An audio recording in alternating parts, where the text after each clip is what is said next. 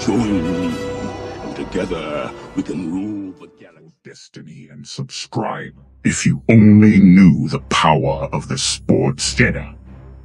This is the way. This is the way. This is the way. This is where the fun begins. This is the way. You have been well trained, my young apprentice. They will be no match for you.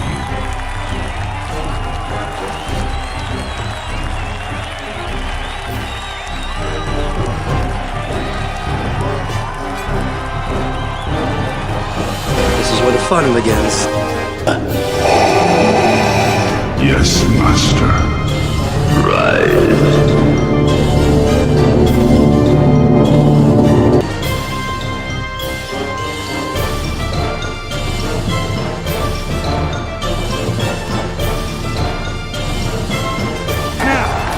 Getting away, a line drive kick of Sam Martin. Hits and runs under at the 35. Starts to his left, gets to the 40, turns the corner, at the 45, 50, at the 40, at the Bills 30, inside the 20, stutter step, to the 10, to the 5, touchdown!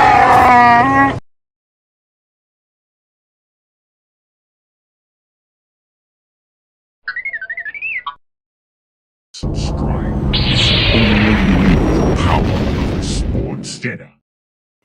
Happy Sunday, everyone. Welcome to the Sports Jedi Network presentation of the JETS-ALORIAN podcast. Our New York Jets are in Miami.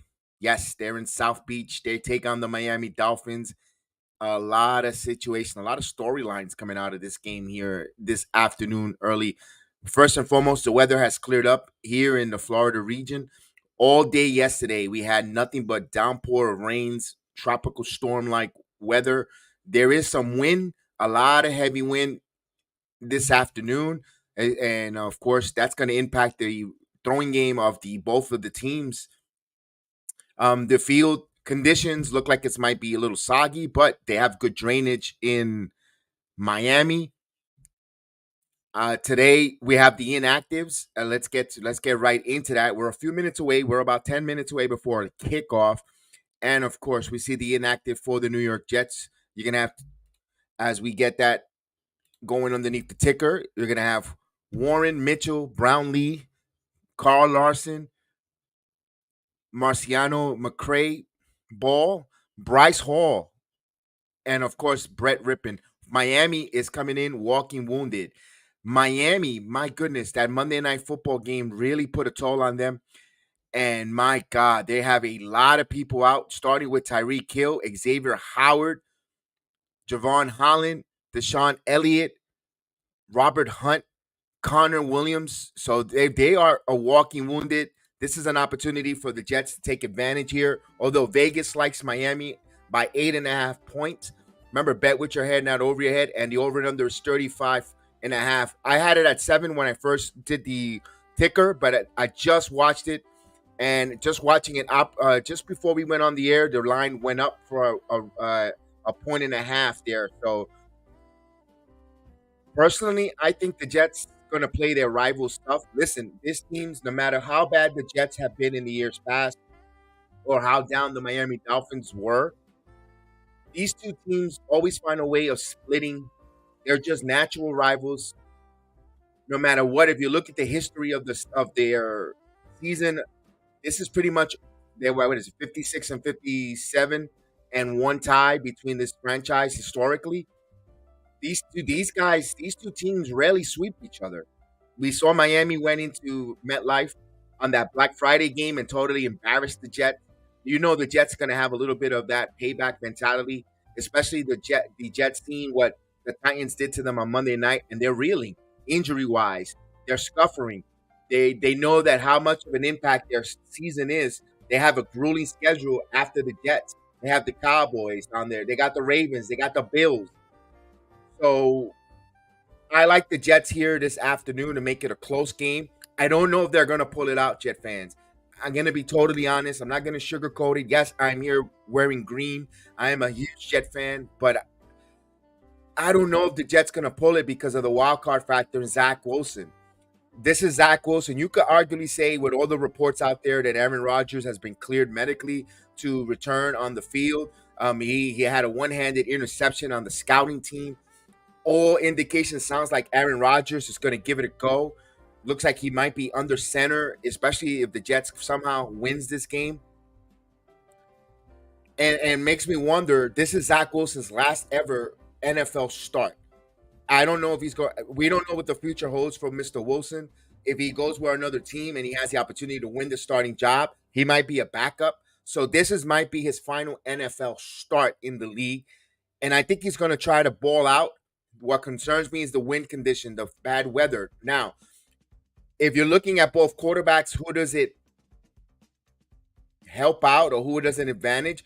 Tua who throws the ball extremely fast out of his hands. I know.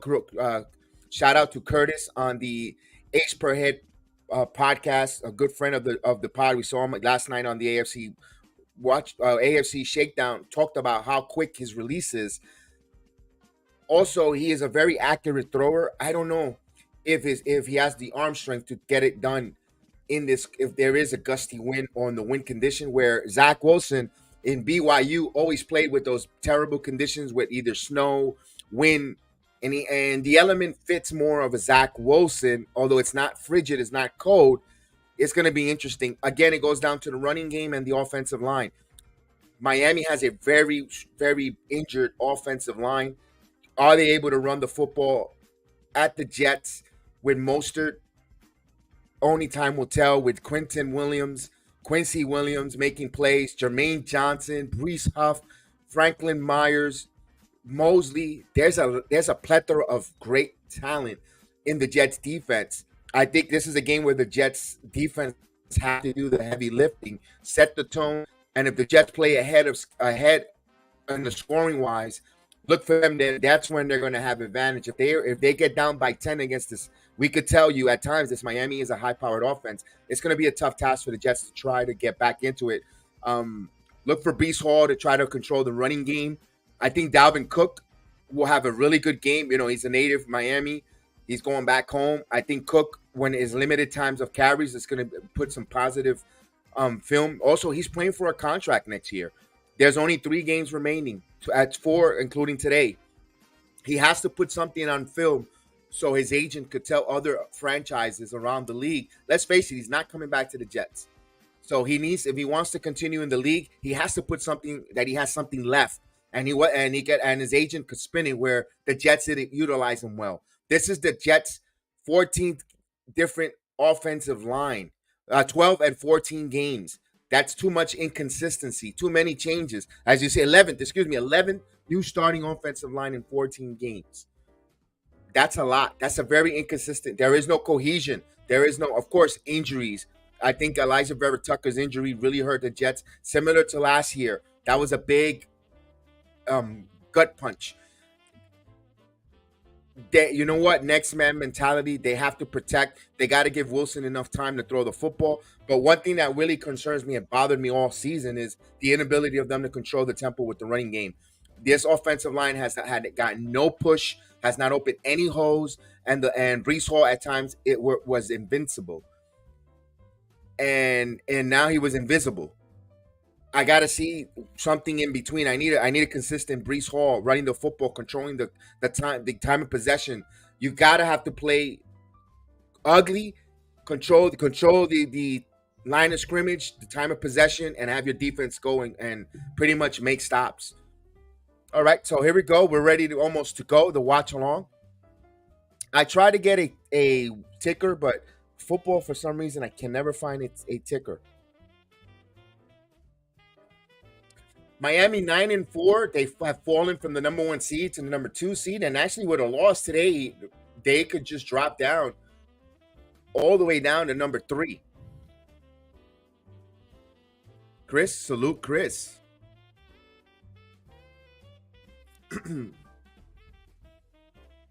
So let's see how the Miami Dolphin meltdown affects them tonight.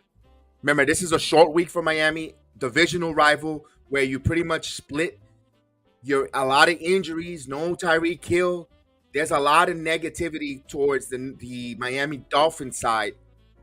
Let's see, but they're still an 8-point favorite at home. They are a very dynamic offensive team at home. Let's see if this was just a momentary hiccup, or is this going to linger effect for the Miami Dolphins? There's a lot of storylines within the storylines in this game, because what stares at Miami is a gauntlet of teams. The Dallas Cowboys, who's going to be playing the Buffalo Bills. If the Cowboys somehow lose to Miami, or lose to Buffalo, they're gonna be salivating to want to take it out on the Miami Dolphins. I know I'm looking ahead, and I'm looking ahead, which we shouldn't. You got to take care of your opponents ahead of yourself. Miami looks like they could, if they lose this game to the Jets, they could possibly lose out the rest of the remaining 4 games. Just think about it. They'll be 9-8 after being the number 1 seed this late in the season in December. Just think of that. Just food for thought. I don't think so. I think Miami gets one of the next 3 games. I don't know if it's going to be the Jet game or it'll be even that last Buffalo Bill game. I think that's where I think personally. I think I'm having a funny feeling as we're getting close to tip off. I was on the fence. Now I'm gonna grab a pair, grow a pair, and say I think the Jets win this game. They're gonna squeak out of it. I think Miami wins the final game of the season against Buffalo. And I think that's gonna be for the AFC title game, AFC East title game. Excuse me. We got Nancy Romo. I wish Chef Dan was here because we were joking around all last week. Ooh, Jim. So I'm going to do my Romo impersonation.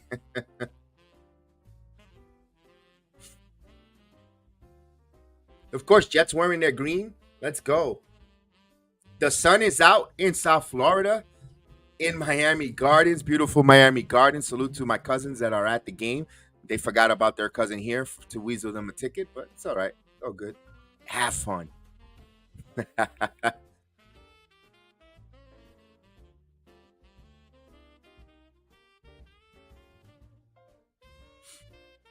Of course, they're talking about the Jets defense. Let me ask the chat. Any chance the Jets get a safety tonight? I don't think so. That's all rare in between. They got a few already. All right, we're getting close for kickoff. Remember, I am streaming through the ticket, so I'm always a little behind.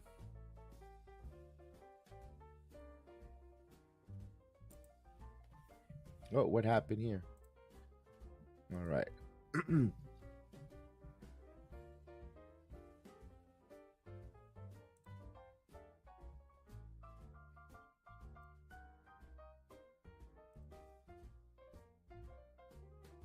We got Chris the Flash. I'm just a little quiet here waiting for the game to be kicked off. Nothing really to talk about too much here. Just Rodgers returning. That's going to be crazy to see Aaron Rodgers return from an Achilles surgery with 3 games left on, wow. That's going to be crazy. That's going to be crazy if he takes the field on Sunday against the Commanders. By the way, I think the Commanders fired Ron Rivera. I'm not too sure about that. If double check, fact check. I think Ron Rivera is out as the Commanders head coach. That's wow. Just think if the Jets win this game, they go up against an interim head coach at the Commanders with 3 games left. That's going to be interesting there. Although, you know what, a lot of times that happen when they bring those interim head coaches. I don't know if it's Bieniemy, but they usually tend to play a little above and beyond their means. They get inspired. That's a little bit of a dangerous trap game.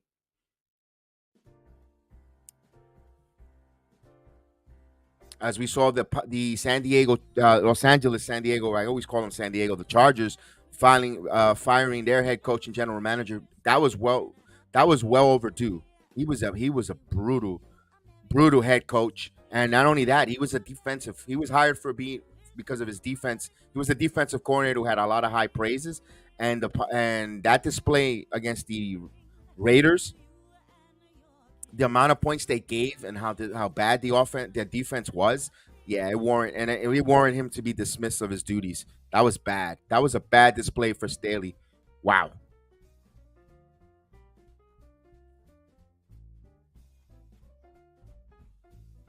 All right, so we're waiting to get the kickoff going. It's gonna, you know what? If the Jets win this this game here, Tuesday is going to be a huge day on the Pat McAfee show. Just think about the eyeballs, the viewership that everyone's going to be anticipating to watch what on the Pat McAfee show with Aaron Rodgers, the speculation, the talk radio, the content creators making videos left and right, podcasting. The will he start? Will he won't start? Will he be the Christmas gift for Jet fans underneath the tree? The narrative, the headlines, the storylines just speaks for itself. I cannot wait. Oh, but the Jets got to do their part and win this game. All right, so it's the Fins and the Jets. Take flight versus hashtag Fins up. Let's go.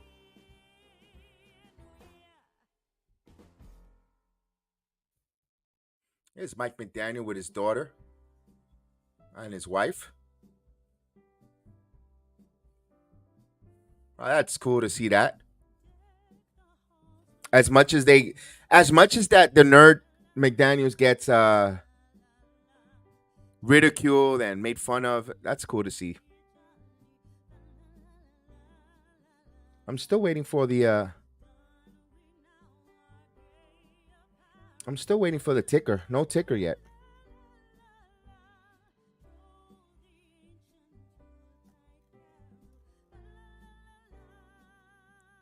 No ticker. I'm trying to get that ticker up for you guys so we can have a view or a AI.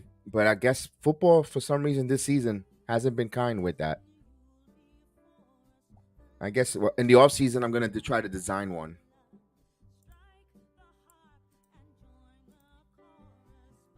Let's see. Am I able to?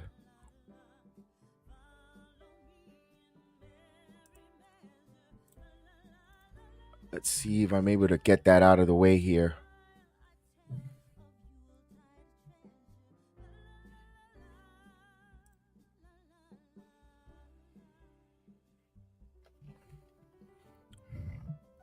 Yo, next time this week is Christmas Eve already. My goodness. But this game is waiting. What are they waiting for? Christmas? Literally. This game is taking a long time to kick off. Let's go. A lot of big games around. Steven says McDaniel looks more like a school teacher than a football coach. He does. He does. He does. He does. I agree with you on that one.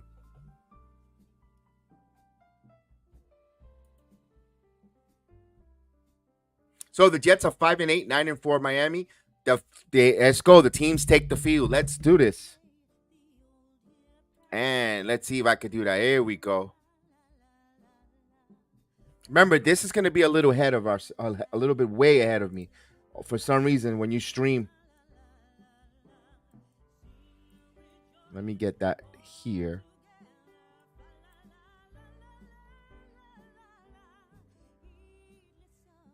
All right, here we go.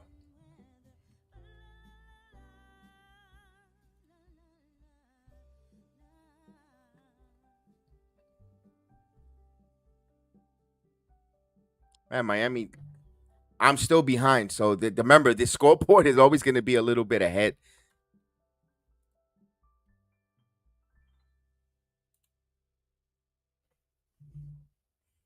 Remember, Tyreek, a healthy scratch. Zerline will kick off.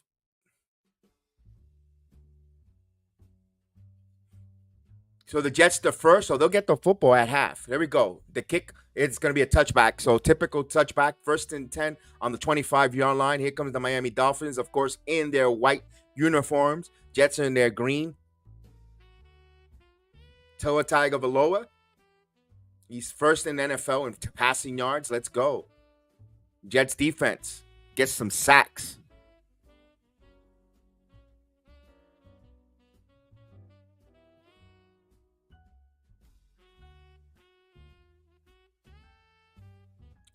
Tua, shotgun formation.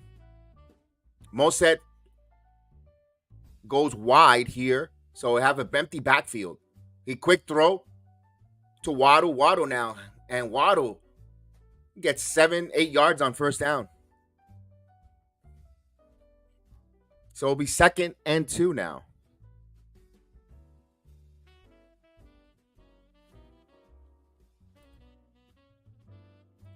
I agree, Steve. Steven, I think the Jets need to score and play ahead. If they want to get this win, they have to play ahead most of the game. 2nd and 2. Shotgun formation again for Tua. He's got a fullback and a running back deep in the backfield. Waddle in motion. He's going to play action. Throws over to Waddle. Waddle gets a first down, and he gets a little more. He keeps on his feet and gets into Jets' 50-yard line. So we're almost at midfield. Nice gain there. At the 47-yard line. So good job there. That was C.J. Mosley on the tackle. And they're keeping it short. Simple, nothing upfield, everything underneath, and yards after the catch. The open field tackles is going to be a big key for the Jets here on this Miami Dolphins. Now, here's a pitch to Mostert with Mostert. And he got a pickup of 1 yard, maybe 2. 2nd and 9 now. Here's the problem. He must have ran like about 7 yards, but he was so deep in the backfield in the shotgun formation, you only get a 1 yard gain. That's why I'm a big proponent of getting under center and run. You don't have to, you lose 5 yards at least. And how fast the defensive linemen and linebackers are, you need every inch, every step of, you can't give away 5 yards. They're so fast. Here's another shotgun formation for Tua. He steps back, throws. And he got it wide open to Waddle. And there's a flag, though. There's a penalty flag on the field. Holding on the offense. 10-yard penalty. You repeat the down. You move him back. Ooh. Waddle looked like he got his air knocked out. He's down with a little bit of minor injury here. He takes his helmet there and he's breathing hard.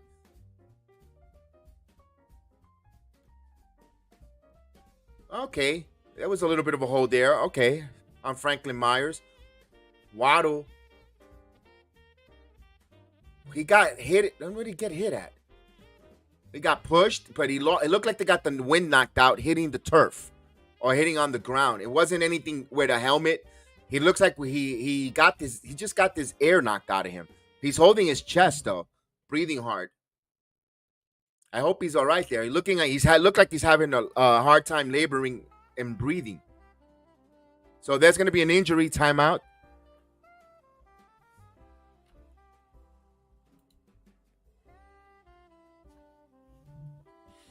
When they return from the injury timeout, it'll be 2nd and 19. They move them back 10 yards. Big play there. We see that a lot happens to the Jets. They have a hell of a offensive play followed by a holding. And hopefully, we've seen that film on our side. Hopefully that stops and sputters the Miami offense. And then now that Waddle is going to come out at least for one play, that's another that takes. Where do they go there? Miami still has weapons that they could throw the football around, but it's not going to be the same dynamic impact as Tyreek Hill and Waddle on the field.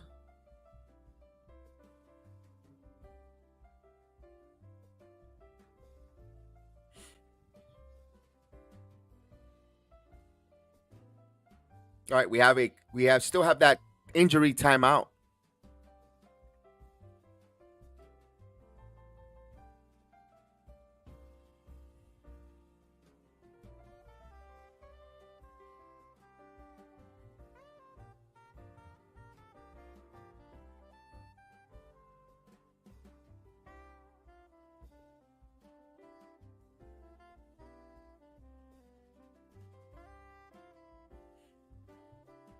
All right, so we're a little scoreboard watching along here. Not just the Jet Miami. I'm also keeping an eye on the Saints Giants game.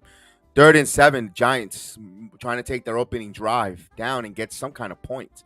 But Demario Davis with a big play. That's a big 3rd and 7 for the Giants. You got Tommy DeVito in under center here.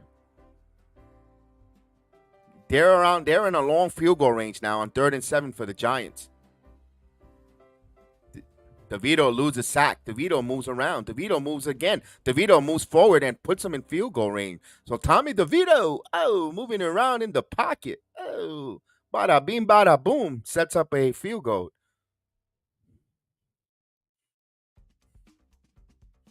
Boy, has he given life and excitement to New York football quarterbacking. Man.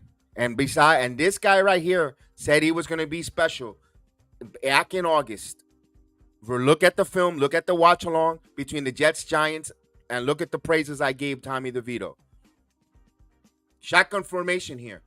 Here's Tua. Tua throws short underneath to Mostert, but he gets a no gain. Maybe a yard, but no gain, or to the original line of scrimmage. Here's another 3rd down, 3rd and 19. Good job by Jeff Ulbrich calling that play there and having his team in position to make that gang stop. And the Jets got to get out on 1st down, and the Giants take a 3-0 lead on the Saints.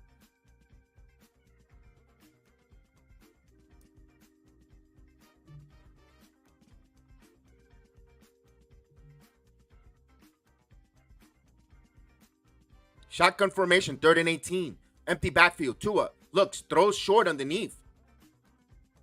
And that's a nice play there. And just got it in midfield. So that's going to help them with the punting game. And again, field position here. There's a lot of screen passes, a lot of check down. And you know what? That was a very good check down there. It makes it 4th and 6. But not only that, and now it pins the Jets back. Yes, I just mentioned the field goal by the Giants. They're up 3-0 in New Orleans. Tommy DeVito alluded that sack and made it into a positive yard and made the field goal manageable there. Good job on Tommy DeVito. Yeah, he's doing it. He's doing with the chicken cutlet maneuver.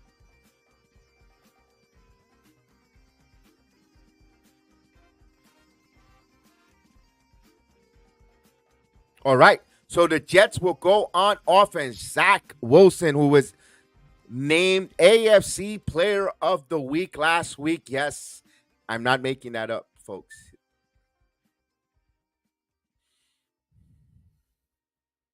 Kansas City on the board against New England. Oh, no, they missed the field goal. I assumed that was going through. They missed it. Boy, the Chiefs. If there's a season, there's a time for the AFC to get representative by someone other than the Kansas City Chiefs, this is the year.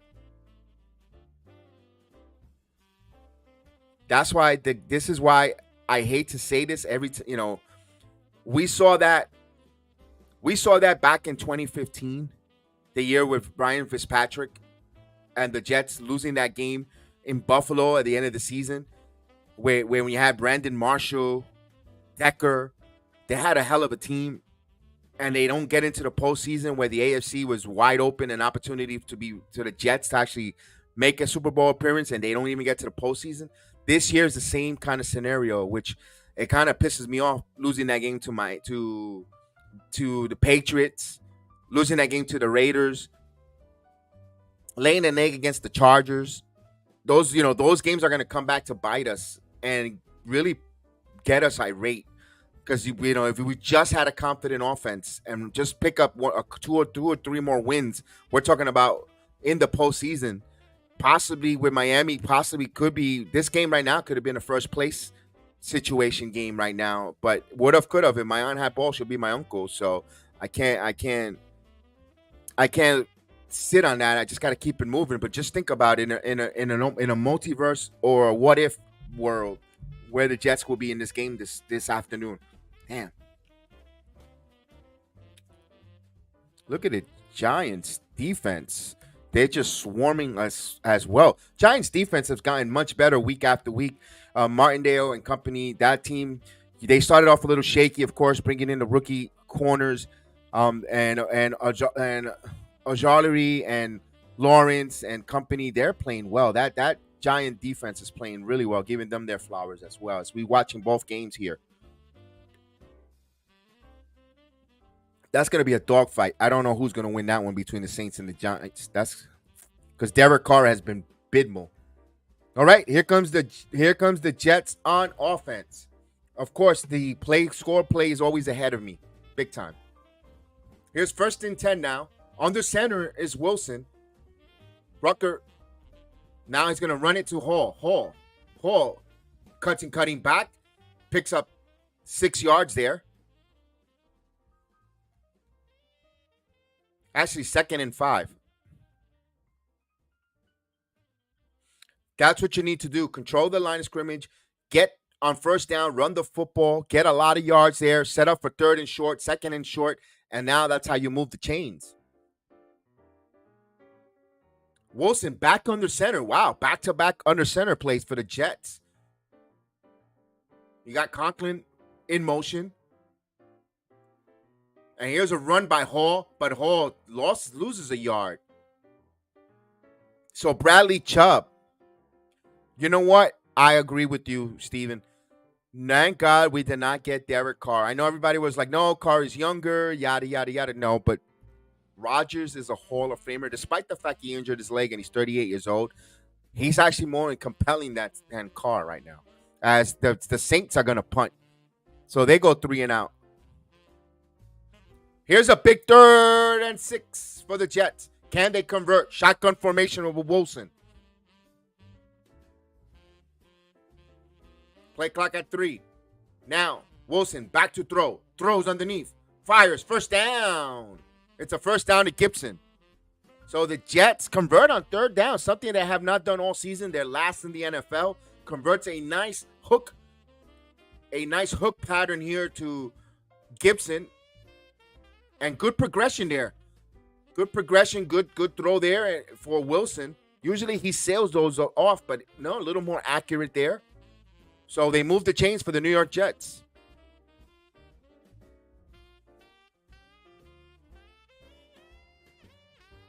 First and 10 now. Under center is Wilson. Football on the 24-yard line. Wilson looks to throw. He reveals the sack, and he gets the sack. The ball is loose. And it's a fumble and recovered on the 1-yard line. That's, again, this is the Achilles heel of the New York Jets. They get something positive. Wilson fumbles the football, sets up Miami, 1st and goal on the 2-yard line. Now Miami has an opportunity to cash in on a Jet mistake. You can't do that. That's Sealer. Sealer now coming right up the stunt. And my God, terrible play from Mekhi Becton. Listen, Mekhi Becton, this is his final year with the Jets. I don't care, 1st-round pick. He's got to go. Mekhi Becton needs to go with Evan Neal, and they both need to go be bouncers at the Roxbury's. They both need to be there. Rest in peace, Michael Clark Duncan. You need Mekhi Becton, Evan Neal, both as bouncers for the Roxbury's. 1st and goal, man. 1st and goal. Gift wrapping this year for the Dolphins. Mostert got nothing. A loss of 1. He got back to the line of scrimmage, actually. 2nd and goal. Here you are again, asking this Jet defense to come up with the impossible and make wine out of crap.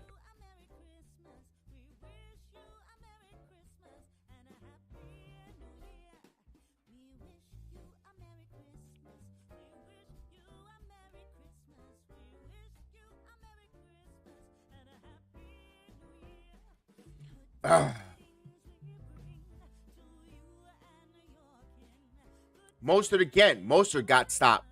Makes a 3rd and goal. Jermaine Johnson and Adams on the stop.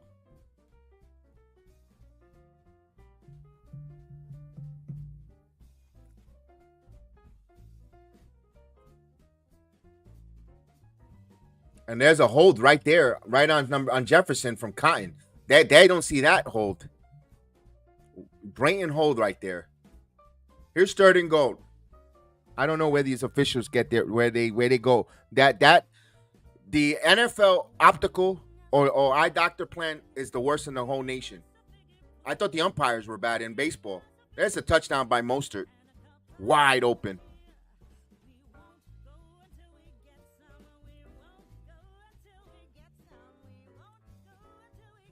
So we got a touchdown here.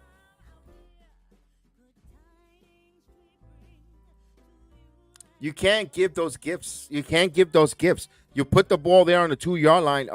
Teams are going to score. Nice pull there by Mostert. No one there, and it would just he could moonwalk. He could have moonwalked his way in. Here's the extra point.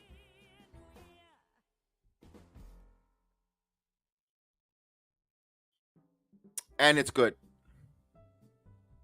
So Miami gets a big gift on Zach Wilson and Mekhi Becton. I'm not going to give Wilson the slack on that one. That's on Mekhi Becton.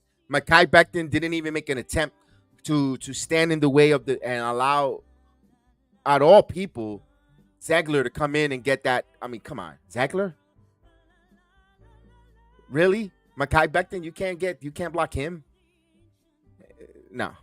I can't blame Zach. I'm blaming Mekhi Becton on that. Mekhi Becton, I mean, update your resume, please. Oh, I had enough of him. He could either be a bouncer at the Roxbury's, or he could get ready so Katami could do the watch along on the Nathan's hot dog eating contest next year in Coney Island. Because you suck, Mekhi Becton. Jesus Christ. Tommy, what's going on, Tommy? I got a new contestant for you to watch along, eat hot dogs. Mekhi Becton. Maybe him and Evan Neal could be at a tag team duel. Because they stink. Oh, my God. Plays like that makes the narrative and the national media raise the stakes. Rodgers, don't come back. Don't come back, because you see the disgusting display of offensive line that the Jets put out there, and that you're going to get hurt. Even worse than it is. You work your butt off to get back in miracle time, so a nincompoop can't even tackle, can't even stand in the way. Just stand in the way. Look, there's a video going around on Twitter where some ladies are not allowing a guy who wants to get off the plane. And they did a better job at not allowing the guy get off the plane before them than what we saw the Jets offensive line. I mean, Jesus. And these are old middle-aged ladies that didn't allow the guy get off the plane. They did a better job than the Jets offensive line in that play. Jesus Christ. Do they practice techniques in practice? What are they doing in practice with the techniques at the offensive line? Who is this? The offensive line coach, he's got to get canned. He's got to go. Offensive line coach got to get fired. He's got to get, if the Jets are going to bring back all the coaching staff, but the offensive line coach, he's got to go. He cannot come back. I'm sorry. Trevor Siemian is warming up. Why? Oh, Wilson to the blue tent. They checked on Wilson. Don't quit on us, Zach. It doesn't look good if you quit on the team. I know you're not the greatest, and we have given you a lot of crap, but don't quit on the team, man. Here's a touchback. Let's see what the offensive line does. Oh, looks like the Giants lost their kicker. Oh, boy. Looks like the Giants lost their kicker right now. Let's see. Oh, yeah. The Giants lost their kicker. Pulled the hamstring. Oh, we got no kicking game. So Pollock. 1st and 10 on the 25-yard line for the Jets. Under center. Wilson back. You got now Cook in the backfield. Conklin in motion. Now, here's a play action to Cook. Wilson. A lot of pressure, and he dumps it. And he just cuts his lost air.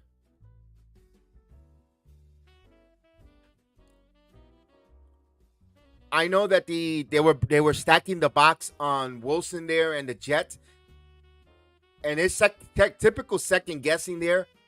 I would have gave that to Cook. You had a couple blocks there, Cook.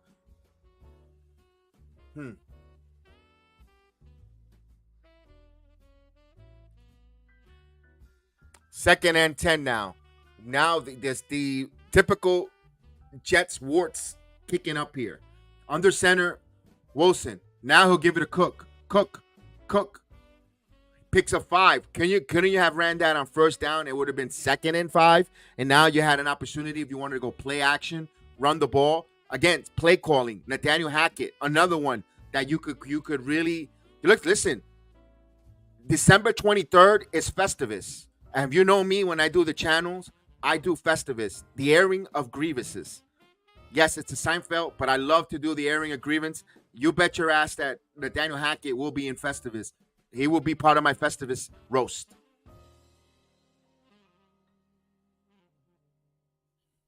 Shotgun formation. They need to snap it.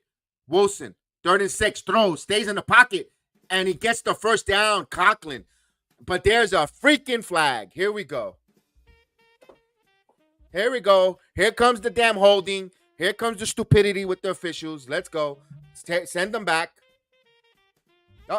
Oh, it's an illegal contact. Wow. Actually, a flag that goes the Jets' way. It's a 1st down. Jalen Ramsey got called. It's like rinse and repeat with these games.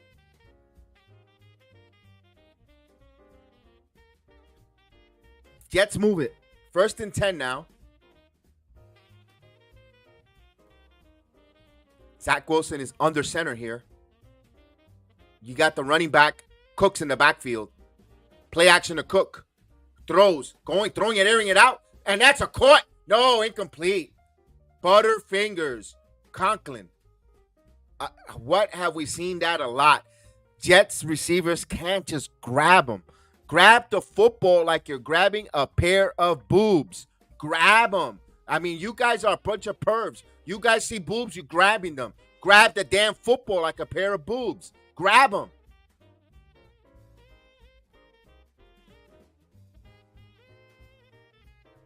Oh. Too bad. You're lucky it's Sunday and it's 1:20. If it was 5 o'clock, boy, open up the Jack Daniels. Here's a throw. Here's the 2 Cooks. Cooks now. Cooks trying to make something out of nothing. Cooks. And tackle on the 41-yard line. It's going to set up a 3rd and short. Yes, and squeeze.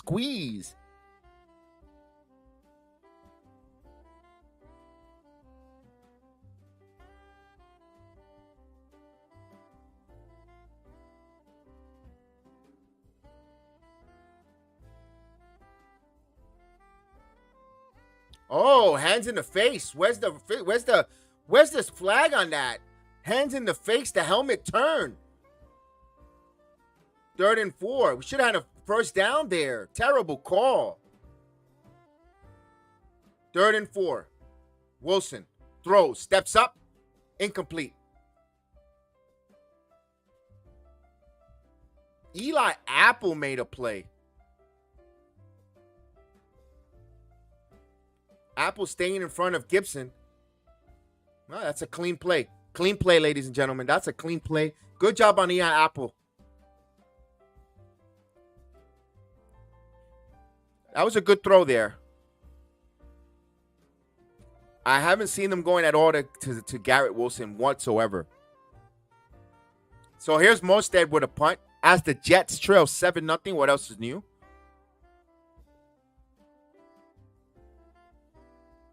Mostert. There's a fake.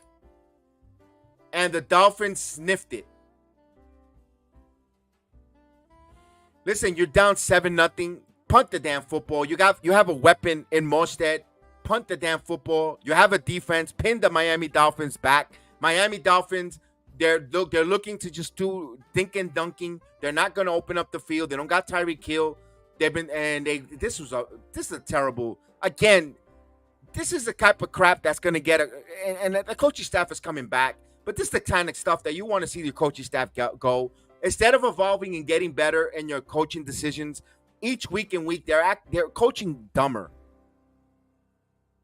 Why? Sure, you just let them score on a short field on a turnover. You're going to put them again in a short field so you could be down by 10, possibly? Come on, Tua. Immediately, short. Caught. As a pickup of 4. That's what they're doing right now. They're just dinking and dunking early, and there's nothing wrong with that. So you know what? If they're gonna dink and dunk, pin them back deep. Because if you get a fumble on those dink and dunks, you have a chance to get a defensive score. I don't get it. I don't get their play calling here. This is the type of things that's like, are you tone deaf? Do you know the NFL? Or do you? It's like, what's the point of staying out all night at the practice facility watching film and you make these kind of crappy football calls? As here's a pitch.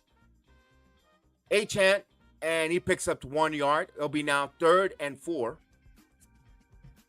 It's like, dude, sometimes these coaches, I wonder, do they just want to get out of their house and have the free lunch at the free dinner at the facilities? I mean, God, they week after week they do the most dumbest calls.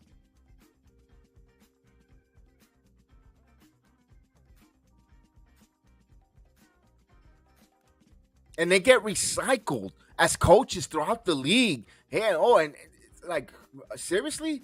3rd and 3. Empty backfield now. Tua. Quick throw. Gets a first down to his running back. Again, dink and dunk. A-Chant. There's not, again, guys, nothing wrong. I'm not hating on the dink and dunking by Miami. And they're taking advantage on the man-to-man right now. But this is the type of deal that you want him to put them back as deep as possible. Oh, Saints get on the board with a touchdown. All right.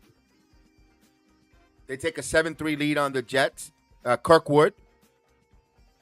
So the Giants trail now 6-3, but extra point. Now Tua now. Up the gut, and that is a pickup of 2 yards for A-Champ.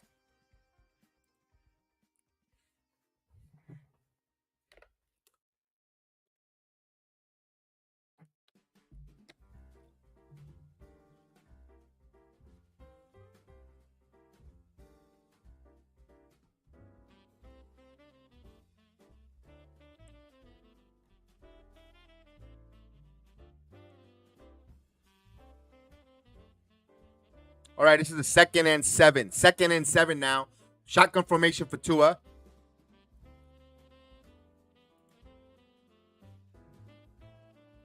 Tua looks to throw. Tua throws underneath, and that's a first down. Miami dissecting and moving the football. Of course, especially when you make a short field. If they score here, that's another mistake, another Jet mistake being turned into points, and that's ball game. I'm going to tell you right now, that's ball game.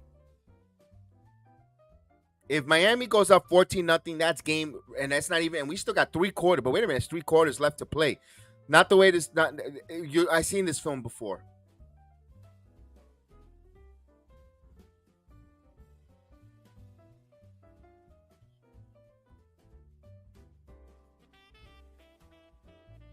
Timeout is called on the, timeout.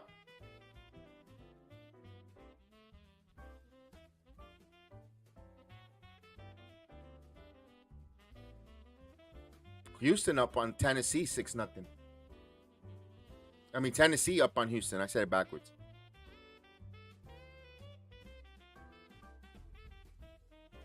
This is not good. Miami moving that football. Again, Jets coaching staff getting cute, calling a punt. You're down only 7-0. That's something when you're in danger of going down 21-0. You're down 14-0. Your defense is showing no chance. Miami moving the football. Then you could want to go for a fake punt. I understand, but it's only 7-0. Though, what guarantees you're going to get a couple more first downs if you're the Jet going for it on that fake punt? I didn't like that. That's another questionable call, questionable play, stupid play in my opinion. And then you went with a direct snap to a guy who's not as fast. At least Morstead, you had a chance to throw the football, and he actually completed a nice pass. 1st and 10 now. Tua now. Here's a run. Good run there up the middle, and that picks up 4. That was A-Chant.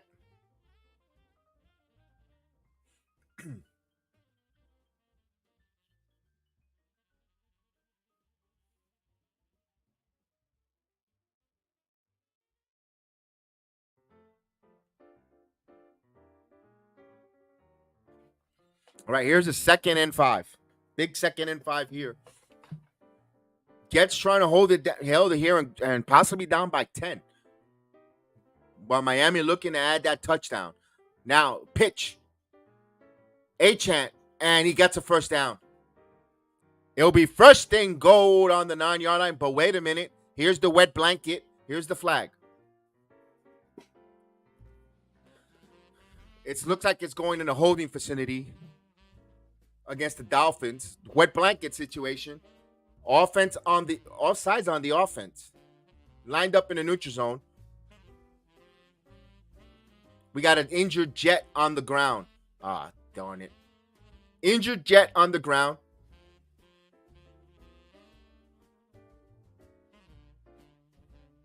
All right, so they'll have a timeout.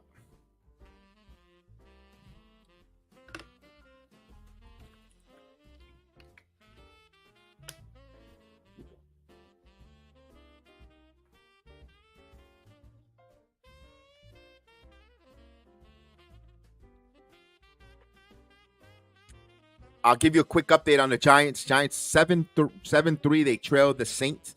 2nd and 12 for the Giants. 2nd and 12 for the Giants. Demario Davis is having a hell of a game for the Saints. And they're going to go now to the second quarter. So they're just finished up the first quarter. The Jets here trail Miami now 7-0. Miami with the football. First and goal. First and goal on the 9-yard line. So big one.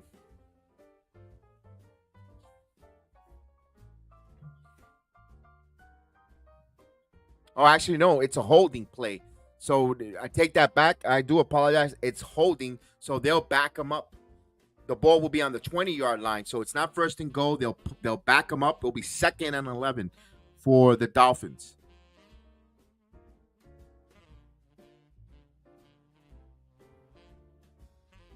Once again, you're asking the New York Jet defense to hold your team for stupid mistakes. The Jets went for it on 4th down with a fake punt, a direct snap to try to run the football for a first down. Miami sniffed it, stopped it, gave the Dolphins very short field position. Now the Dolphins are trying to cash in on terrible coaching or terrible decision making, and Miami's trying to capitalize with this, either put 7 on the board or 3. But to be continued here as we wait for the injury timeout, and after the penalty.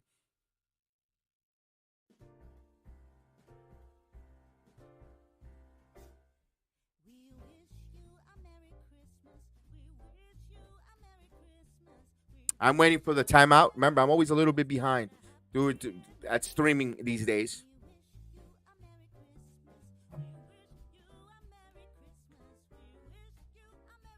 All right, 2nd and 11 on my end. I know the scoreboard says something different, but I'm aware of it. It'll be 2nd and 11.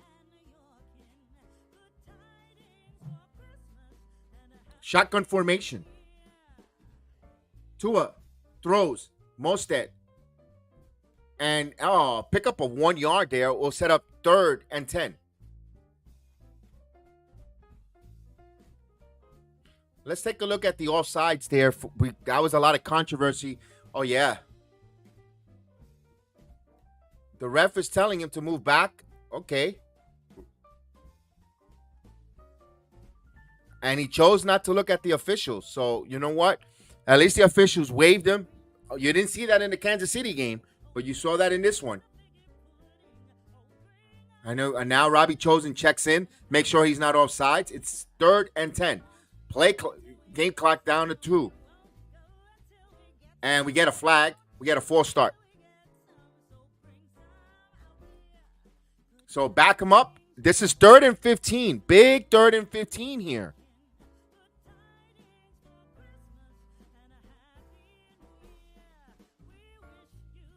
This is going to be probably the final play of the first quarter. It's a 3rd and 15. Ball on the Jets' 24-yard line. And the clock winds down. And that was the final play of the first quarter. Dolphins 7-0, but they looking to score. Look for at least 3 on the board there as we get to the start of the second quarter.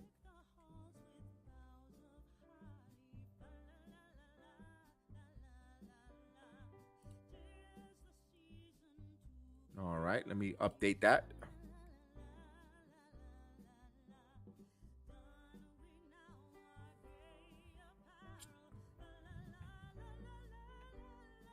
So we have a timeout. Let me look around the league real quick. Anything going on in the Jet? Oh, now they're mocking Tommy DeVito, the Saints. All right. You want to mock?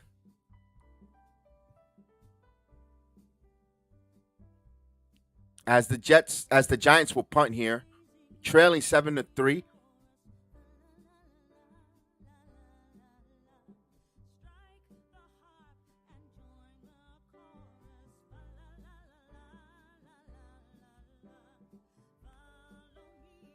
And the Chiefs up 7-0, and they against the Patriots. Patriots gonna give you, and they get a sack on. They get a sack on the Chiefs. Mahomes goes down. All right.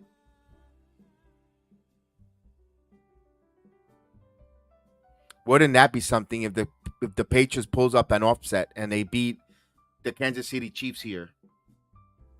That's a big ups. Talk about people losing in the knockout pool. Like I say, you still have the Chiefs and you take the Chiefs in your knockout pool, and the Patriots do the unthinkable and knock off. My God. Hello, Jose Melo. What's up, Jose? Saludo, Jose.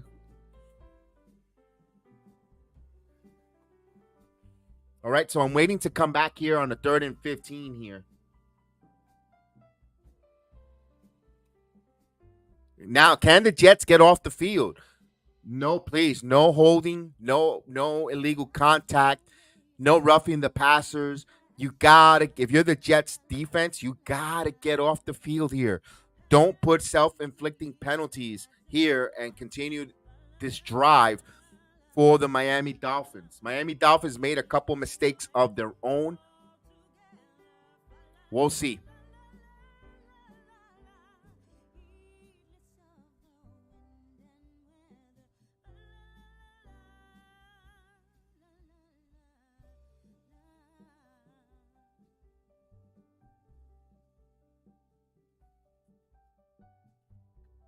Third and 15 as we return.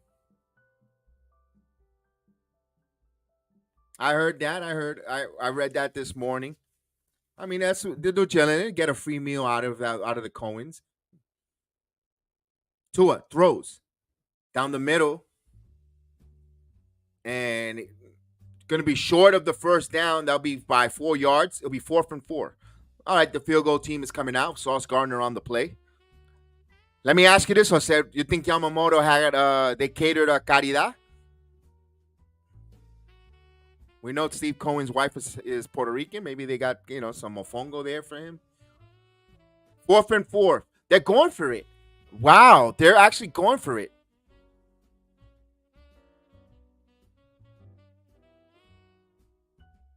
Fourth and 4. They're gonna go for it here. I don't agree. Another bad decision here. Unless they're trying to draw them off sides. Yeah, it looks like they're going off sides. Penalty. Okay.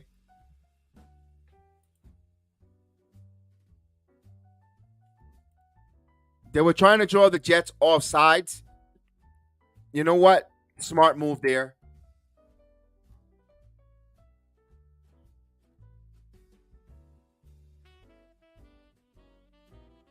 This is a chip shot field goal anyway, but there's been Sterling wins, but this is a makeable field goal here for Sanders. So Jason Sanders trying to add 3 points here and extend the Miami lead to 10. It's a 37-yard attempt, so it would have been a 32-yard attempt. So good job on Miami. I can see why they went for it. Here's a 37-yard on the right on the hash marks. The snap, the kick, and it's good.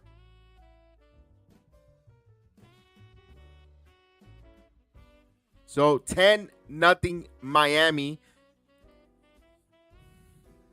I've said, how many times you heard me say these on these watch-alongs? The Jets need to answer back on this scoring.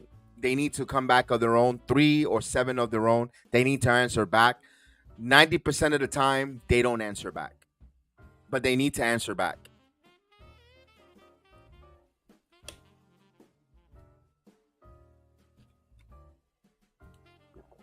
Oh, Jose, I know you mentioned a comment there. Let me see. If in the Yankees, I would meet him in Gracie Mansion. Nah, there's much more nicer place than Gracie Mansion, Jose.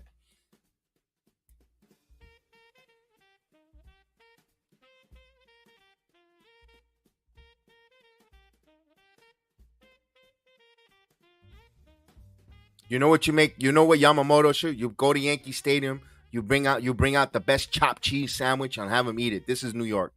None of that fancy schmancy crap. A nice chopped cheese sandwich there from a bodega. Here's a touchback. Or you take them to Orchard Beach over there, City Island.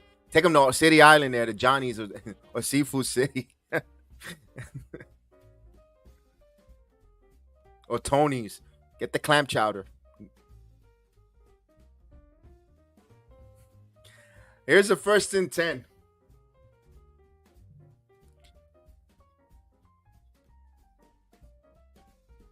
Ball on the 25-yard line. Zach Wilson under center. Jets trail by 10.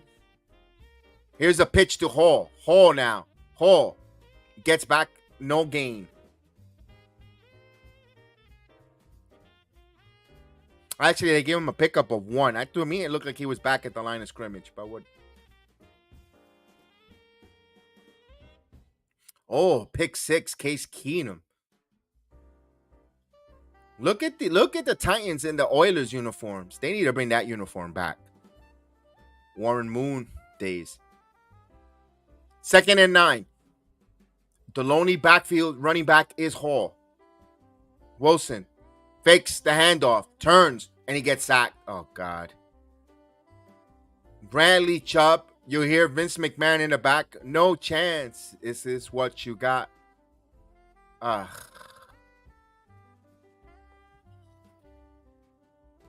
Oh, my God. 3rd down. This is rinse and repeat.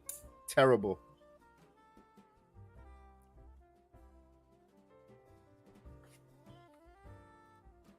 Yes. The concert. Yes.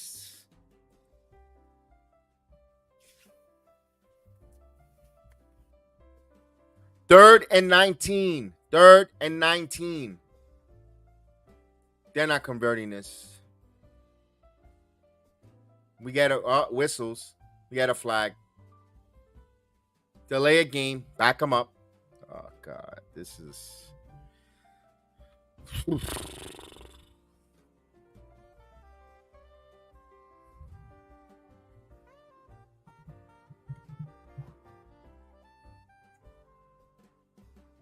This is 3rd and 24. 3rd and 24. Oh, the pain. In the words of Joe Badingo. 10-0 here. I don't know. They're going to go with the simple draw. Yep, here's the draw. I could have told you that. And he picks up 3 yards. Here's the punt. Maybe they go with a fake punt here.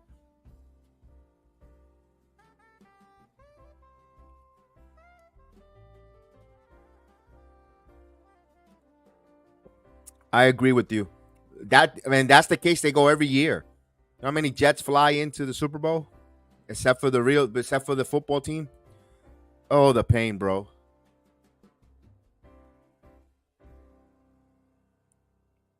Here's Morstead.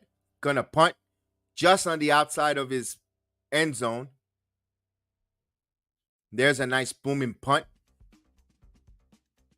Berrios now fields it. Berrios now gets it to right on the 49-yard line in Jet territory. Good field position for Miami, up by 10. So it's a 47-yard punt, and he netted 13 yards on the return.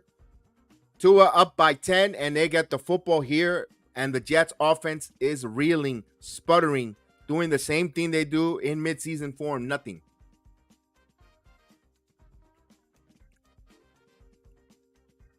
Boy, DeVito get another sack. The Saints coming after DeVito, and that...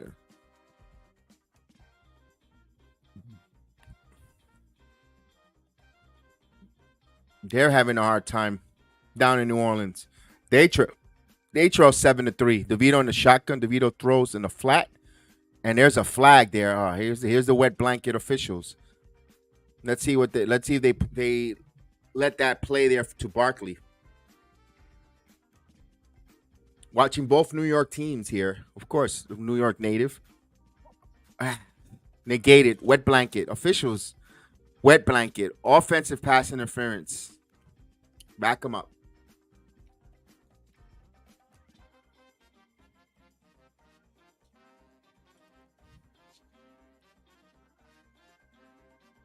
They declined the penalty. Third. All right, so decline.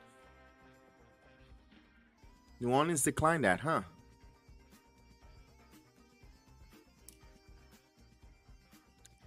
At the Jet-Dolphin game, they're on a timeout right now, so I'll give you a little bit of a look around on the Giants, as I'm keeping an eye on that as well, the Giants and Saint game.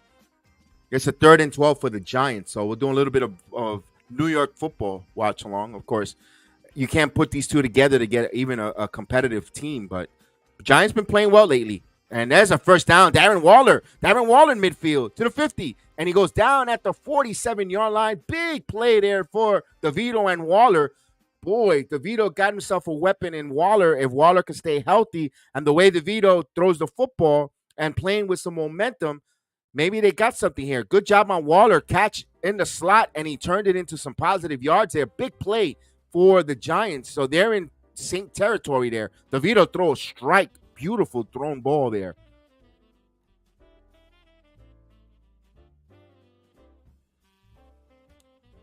Boy, I wish we could see that in this game over here. Maybe this, a Jet quarterback throw something like that. So now they got something cooking now. DeVito, RPO run. DeVito running to the 35, and he goes out of bounds. So they get a first down. The Jets, and actually the Giants will win the football. All right, here we go. 1st and 10 here on the 49-yard line for the Miami Dolphins. Now Tua gives the run, and Mostad, and he picks up 2. So it'll be 2nd and 8 as Whitehead coming off a little limping gingerly off the field.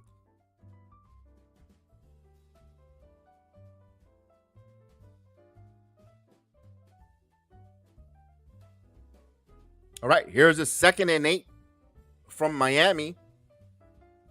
Tua.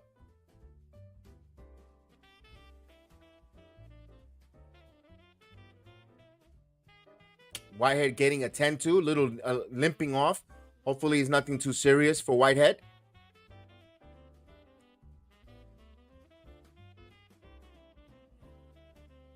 And he's been having a phenomenal season, starting with those interceptions early in the game 1.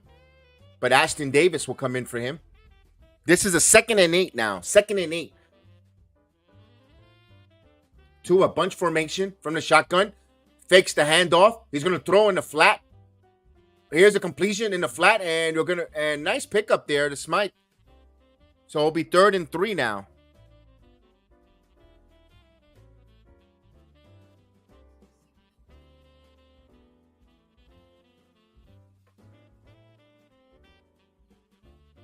Yeah, Brandon Sappy with a touchdown.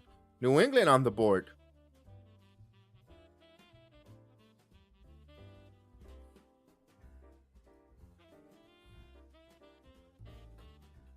Third and 3. Big 3rd and 3 here.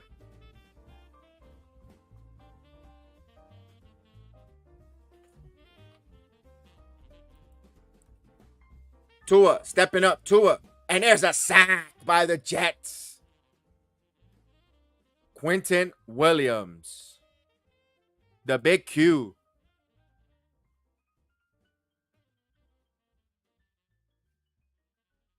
Oh, my God. He had pasteles for dessert. Oh, my God. He said, no, it's okay. It's bananas.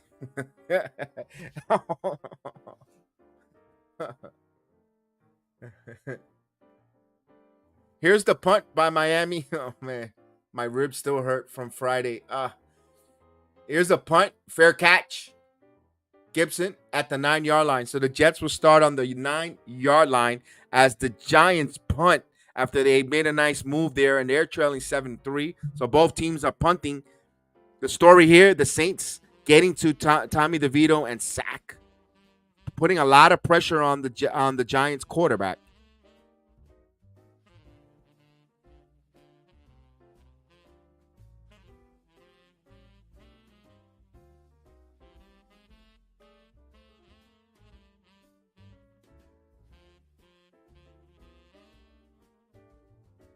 Oh, I did. Did I lose the score? I got to put the score back up. Oh, wrong one. There you go.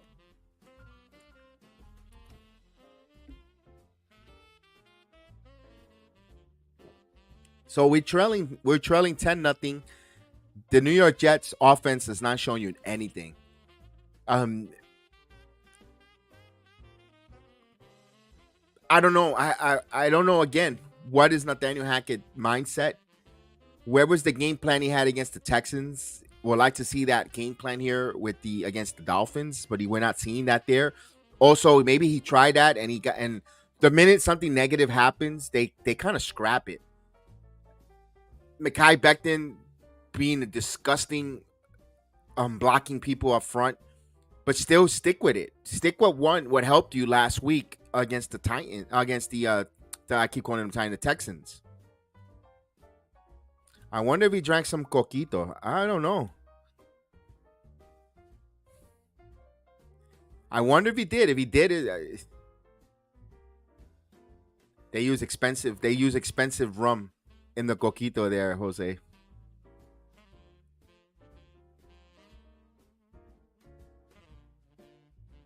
They use farm fresh eggs, fresh coconut from the Fiji Islands.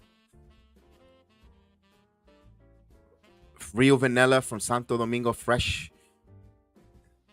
All right. I'm not going to give the whole recipe for the coquito out here. Yeah, I know. That's why I said he went and got the best. That's what he got the best ingredients to make the coquito, Jose. Who doesn't like that? That's delicious.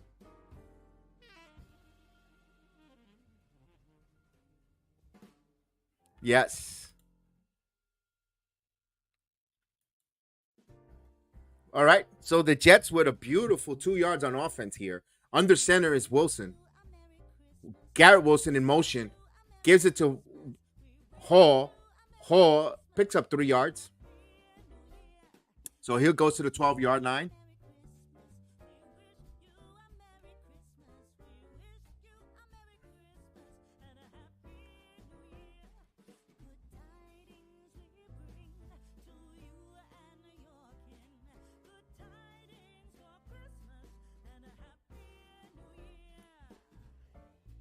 Second and 8.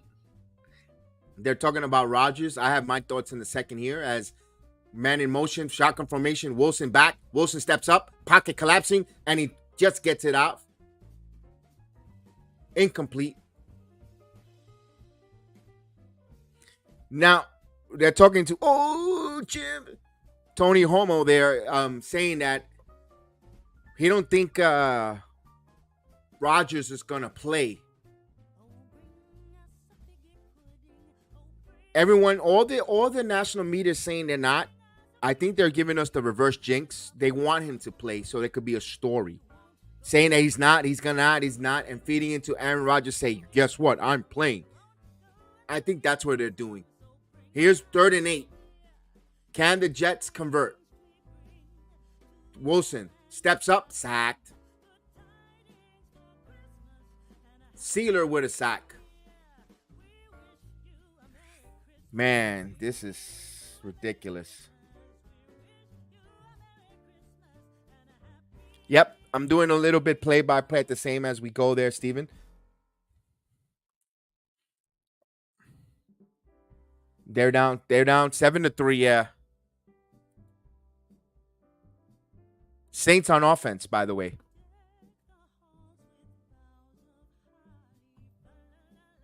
I got 3:40 mark. And there's a punt by Morstead on the side of the foot. But it's a nice punt.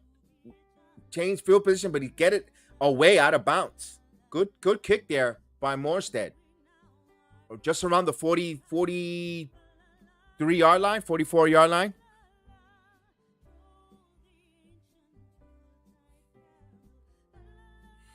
The Jets' offensive line is not giving anything either. I mean, it's like they get the perfect combination of when the offensive line stinks and when they actually give Wilson a play to give him some time, he holds the ball just too long. It's like they're like in sync. They're not in sync. There's no cohesion.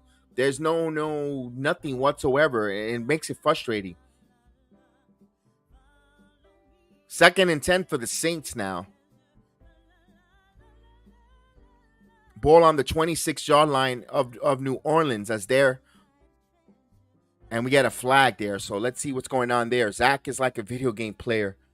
He gets real good on novice mode, but when you go to hard mode, he sucks. Yeah, absolutely. Absolutely. You know, when you play that novice mode and you beat the computer, the minute you go up to hard mode, oh, something's different, Jim. Oh, Jim, something's different. Yeah, so I think the national media, like, you know, we heard it on the CBS broadcast for the pregame show. Everyone's saying, no, Rodgers is not going to play. Rodgers not playing. The more these people say he's not, the more he's going to play. And I think they want that. I think they're feeding into saying he's not. So then he goes, yeah, I'm going to play. I'm going to shut you up. Because Rodgers wants to be different. He wants to be a contrarian. And I think NFL wants that storyline. Ooh, 2nd and 10. Giants fake the blitz. They're coming with the blitz. And it's coming through. Carr gets rid of it. Okirike on that blitz. And they tipped it. They were telling the Saints the blitz was coming. I'm surprised that they managed to still. Okirike went unblocked. And we talk about our team being unblocked, and Okirike just came through. But that's going to be an intentional grounding play. So good job on the Giants getting that grounding penalty. Loss of down and 10 yards penalty.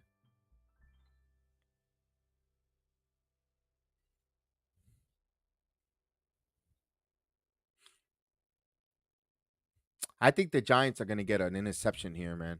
I'm really surprised they get a pick 6. All right, here we go. Tua under center, 1st and 10 for Miami. He fakes the handoff. He's going to throw the deep, going deep. Oh, he has it wide open. Touchdown to Waddle. That was perfect. Game over. 60-yard strike. Oof. That was a nice play there. There are no flags.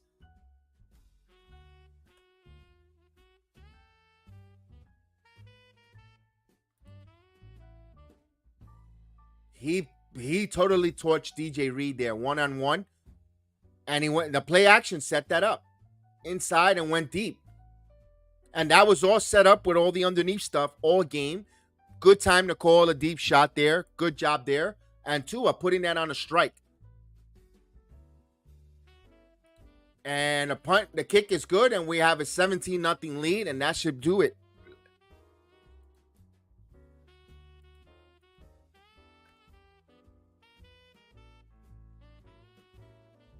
So this is an impressive start for Miami. Good job on Miami.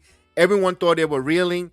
They're just taking care of business here at home against the Jets, who you could say had a little momentum, winning that game 30-6 against the Texans, but not this afternoon so far. I don't see the Jets answering with 17 unanswered points of their own. Not the way their offense, unless in Miami makes some mistakes, some turnovers, and they get some scores. Other than that, but to put it on the back or on the offense to come back and score 17 unanswered points, highly unlikely, folks. And I hate to be that optimistic, that negative Jet fan out there. Is that we've seen this. This is week 15, and we've seen this film. 14 of these chapters, and we know what this offense is.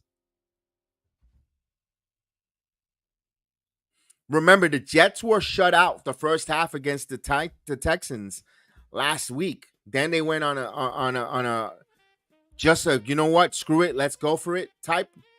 But that was a 0-0 game. They weren't trailing either, where, you know,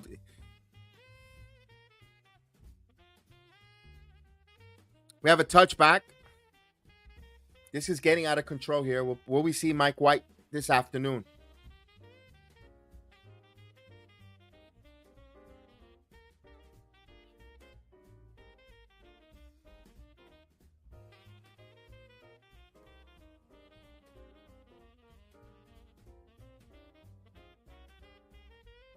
All right, 1st and 10 for the Jets.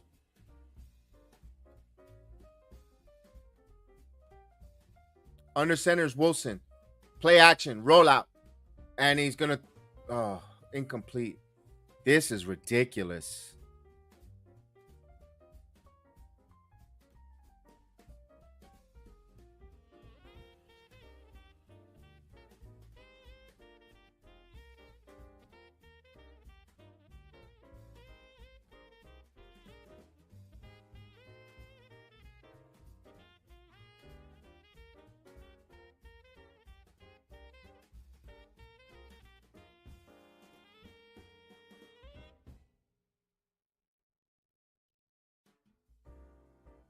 Second and 10.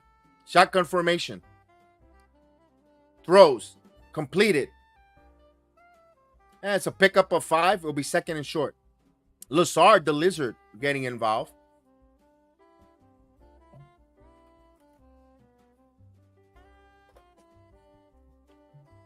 So here's a 3rd and 5. As the Bears have a 7-0 lead on the Browns.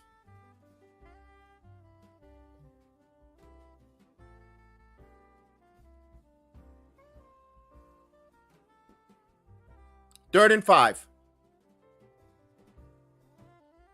Pocket. Steps up. Throws. Underneath to Hall. Hall. There's a flag on the play. Let's see what the wet blanket, which way it's going here. Either way, it's going to be a wet blanket for any of the teams. Let's see what the officials. Illegal contact on the defense. It'll be a 1st down.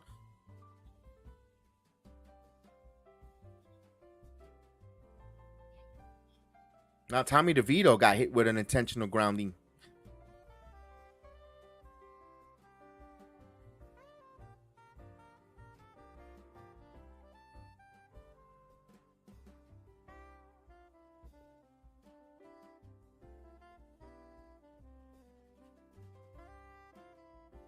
All right, 1st and 10 for New York.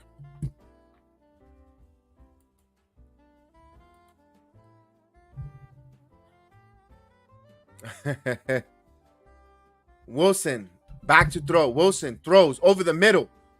And, last minute knocked down.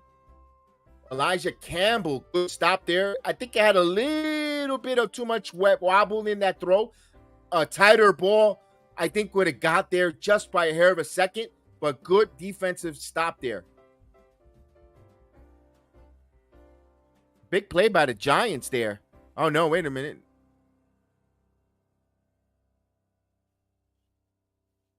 No, that was a good open field tackle. I thought it was a positive play, but no, good open field tackle there by the Saints. There we go. 2nd and 10. Pocket is collapsing. Stepping up. Wilson. And he just got sandwiched. A 4th sack.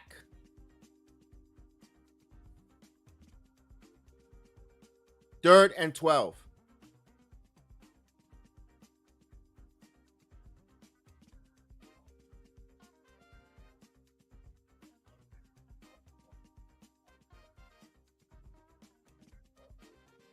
Here's a 3rd and 12. 3rd and 12.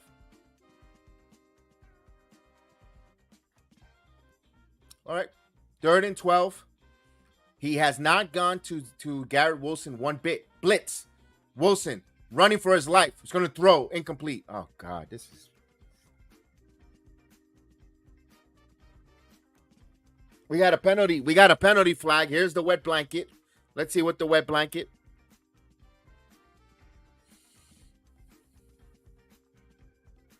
Illegal contact by the defense. Automatic 1st down. That's cheap. That's cheap. Listen, Jet Nation, I want to continue the drive alive, and I didn't like that blitz, but I was cheap. He's grabbing. I mean, that's ticky-tack. I hate to say it. It's ticky-tack. I know they called it all the time on the Jets, and I rant and complain about it. I mean, it feels good. Finally, we get a call our way, but damn, that was ticky-tack.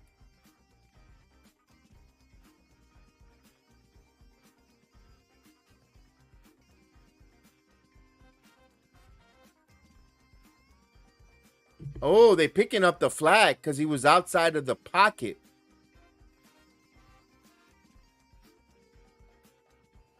Not while the penalty happened.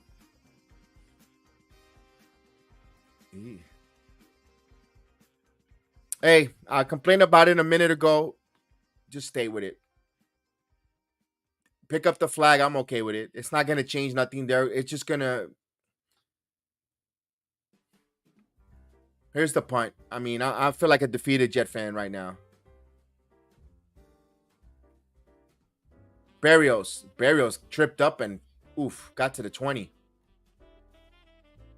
Now, if Barrios would have fumbled that ball and the Jets turn around and score, you make it 17-7, then you put some life in the game. Or right here, right now, if Miami turns the football over and the Jets get a defensive score, then we got something cooking. You bring some life. But right now, 17-0, I feel defeated. I need the Jets to show us something to get us invested back in this game.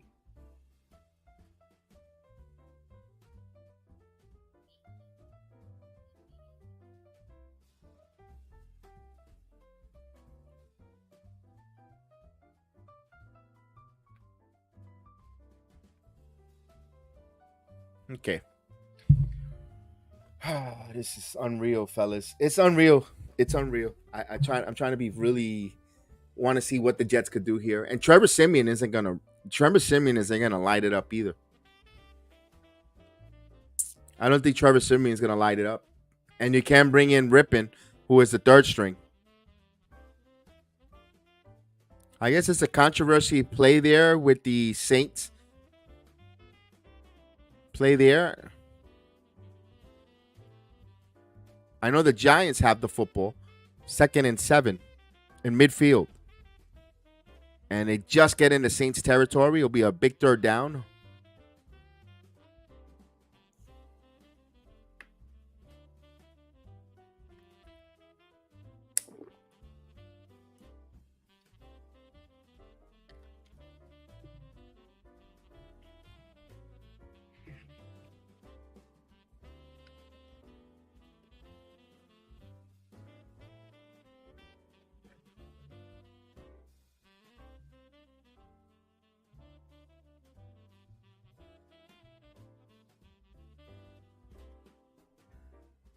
All right, we're waiting for the commercial break here. We're coming back from it.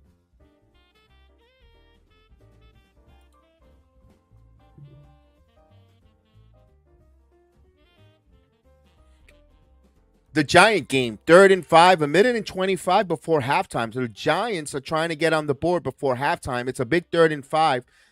The ball on the 48-yard line of New Orleans for the Giants. You got Tommy DeVito.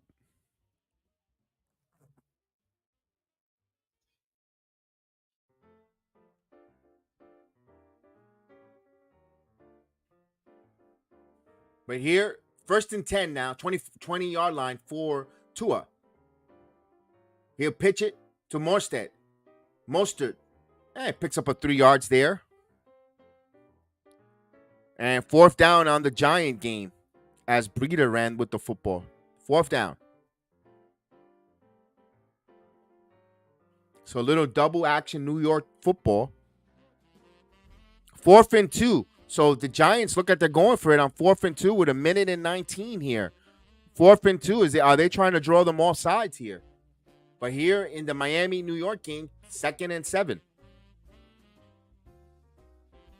Timeout by the Saints. Here, 2nd and 7. Shotgun formation for Tua Tagovailoa. Tua, play action. He's going to dump it across here. And there is a dink and dunk to Wilson. And he picks up a couple yards here. Sets up a 3rd and short.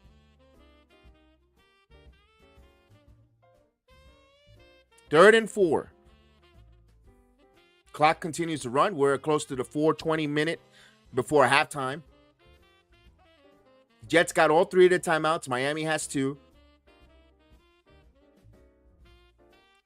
Here's a 3rd and 4. 3rd and 4.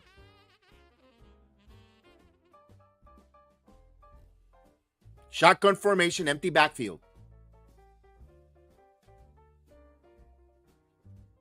Just got it off. Tua throws, completes a 1st down. That should have been a delay of game. And there's a flag, unnecessary roughness or unsportsmanlike conduct.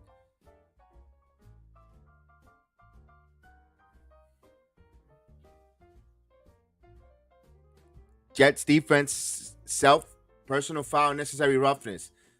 Self-destruction as it starts to kick off. That's a frustration. That's total frustration.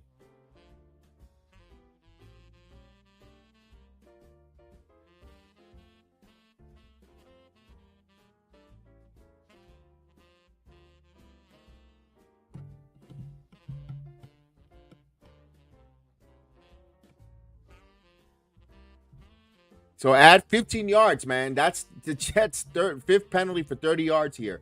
Ball right at the 49-yard line of Miami. Shotgun formation again. Hands it off to Mostert. And he keeps moving. Pick up a 3. Giants convert a big 4th down.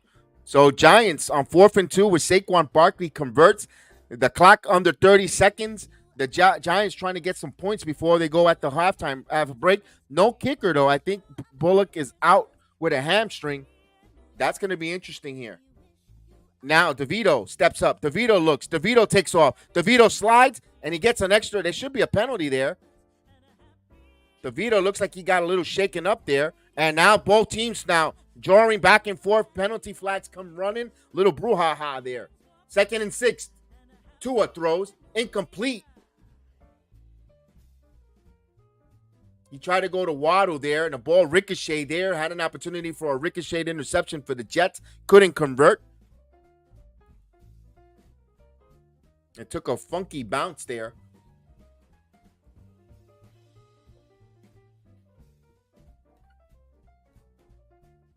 Here's a 3rd and 6. We'll see what the penalty situation is in that Saints game, because DeVito slid and he got hit afterwards. Up high and then down low. 3rd and 6. We get a penalty. No, we get a timeout by the Jets. Timeout by the Jets.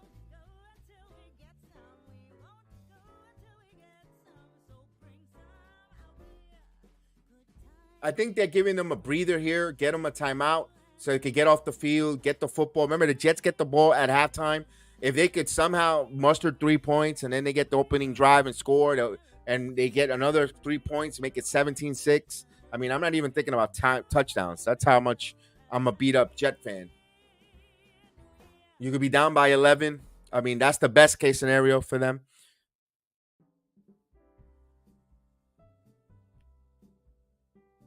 So I guess this is offsetting penalties in the game here. 2nd and 4. They're not. I didn't see them rewarding them a 1st down.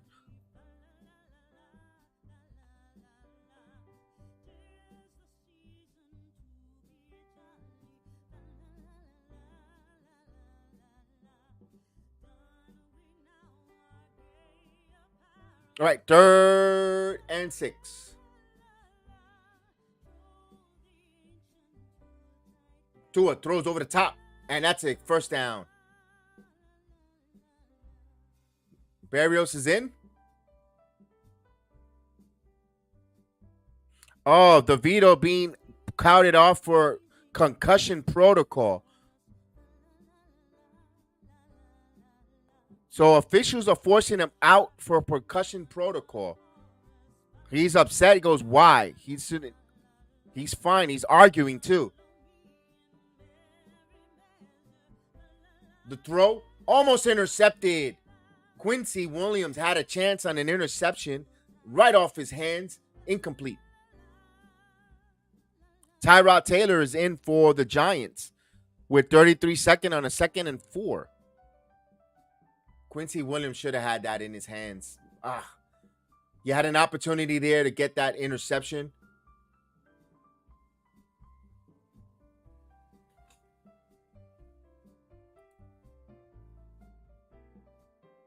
Second and 10. Second and 10, ladies and gentlemen. 2nd and 10.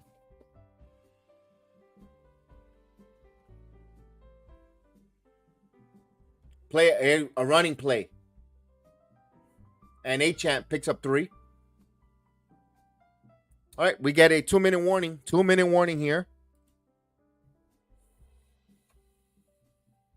The Giants, as Tyrod Taylor steps in and he gets a first down, they call a timeout. So he completes and converts on 2nd and 4 as Tommy DeVito is in the blue tent checking out for a concussion protocol. Although DeVito felt he should have not needed to be off the field, but he hit his head a little bit funky there on that slide on that play. Officials forced him out, team doctors, just for precautionary. As Tyrod Taylor is trying to muster here with 25 seconds here. Giants still have one more timeout, so they could still work the middle of the field if they want. Here, the Jets trail 17-0, and they're at the 2-minute warning right now on a commercial break.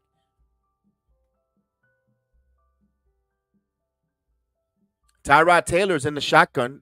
Right now, the ball on the 29-yard line. Tyrod looks, throws over the middle, incomplete and almost intercepted. Is it an interception? No, they said it hit the ground. They were very fortunate that ball did not get picked there by the Saints corner. Ooh, right off the hands of Breida. A little too much mustard there. Again, we have a 2-minute warning here with the Giants, with the Jets and Miami trailing 17-0.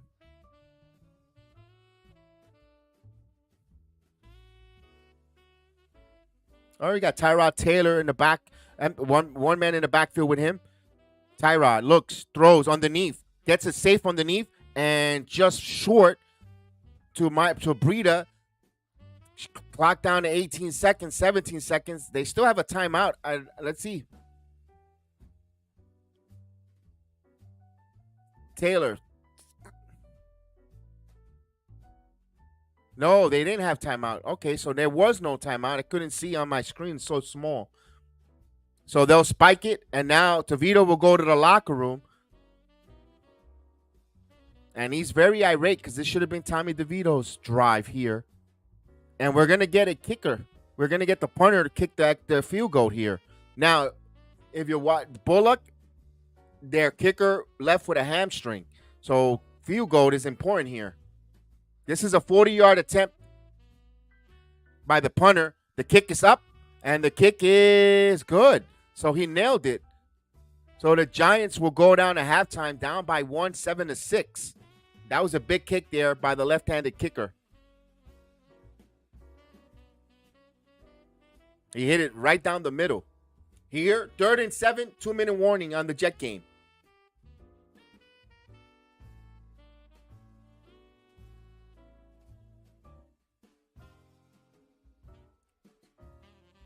Shotgun formation. Looks to throw. Throws under the middle. There's a first down and more. Hits him in stride, and they're in the red zone. To Waddle.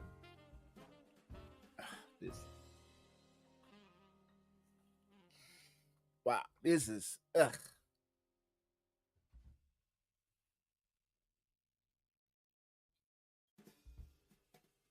What a beatdown.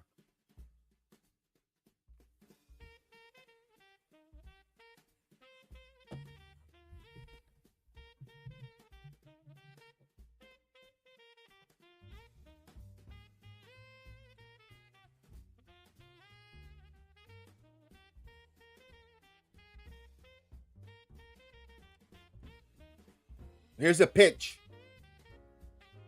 First down, and first and goal. Mostert gets to the 2-yard line. So first and goal to Miami. They're looking to put a nail here on the coffin here. Why is Saleh calling timeout?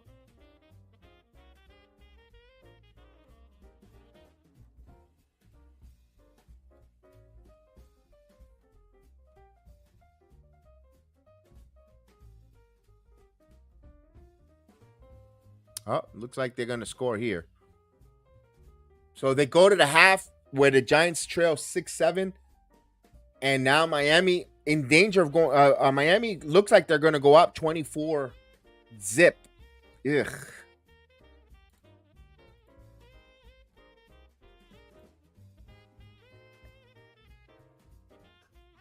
This not look good, and looks like Miami will get a touchdown here. This is getting brutal.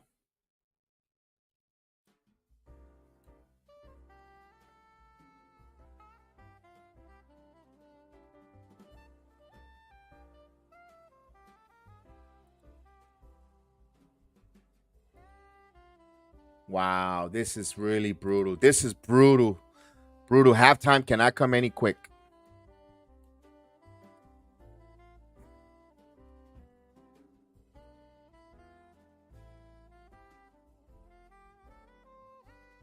Mostert, touchdown. Untouched. Eek. Wow, that's brutal. Well, that's it for the Jets. That's freaking embarrassing. That's embarrassing. 24 points. This is the type of game that if you're the owner, you got to wonder about your coaching staff. And I know that's a knee-jerk reaction, but this is the game that gets your a divisional rival twice, Miami, and you lose embarrassing at home and on the road to your divisional rival. That warrants to be fired.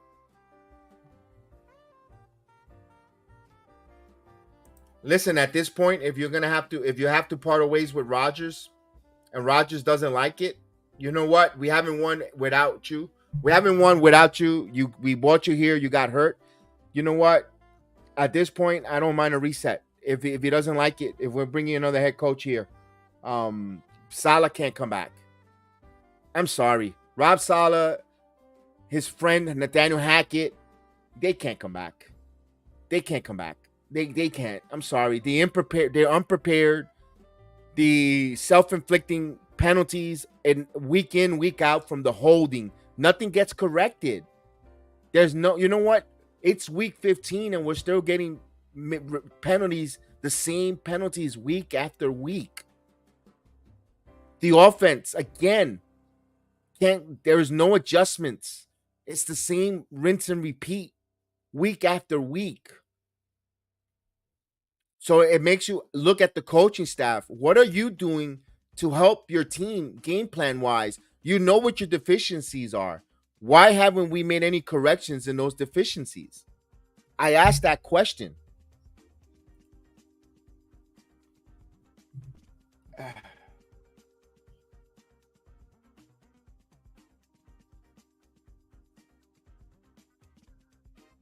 This is terrible.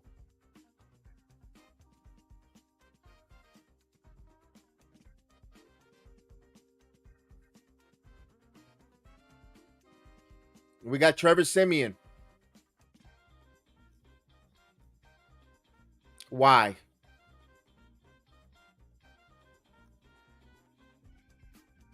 Siemian completes. I ask why. You got Trevor Siemian now?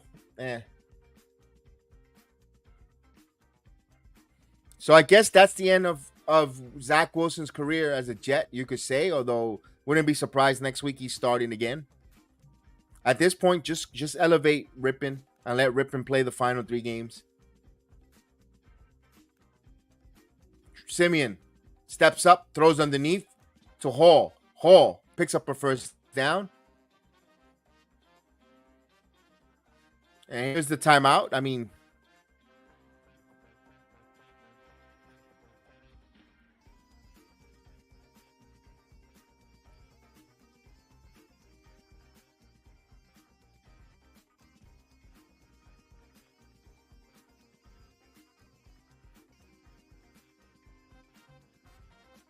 Rodgers, of course, shaking his head in the headset. He's frustrated, irate. Dude, it's your boy there. Your offensive coordinator pal there is not doing anything, man. He's got to shake his head and see.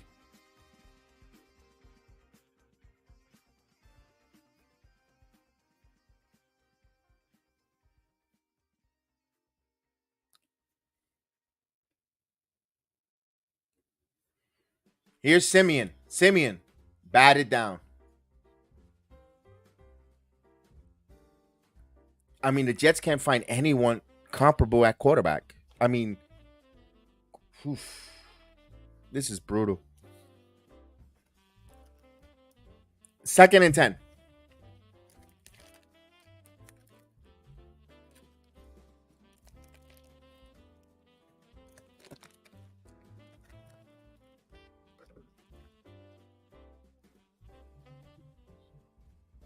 Here's a 2nd and 10. We're just waiting 23 seconds before halftime.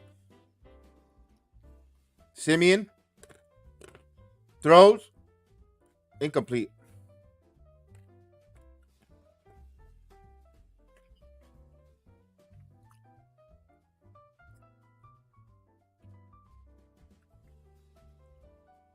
So Zach Wilson went in early to get hydrated.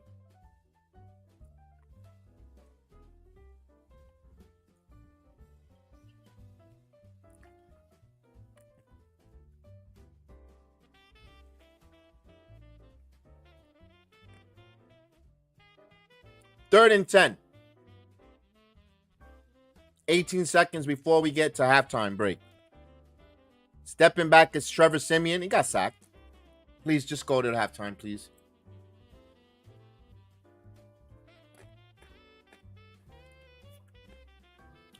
Fifth sack of the first half. Why isn't the clock not winding down? Timeout by Miami, of course.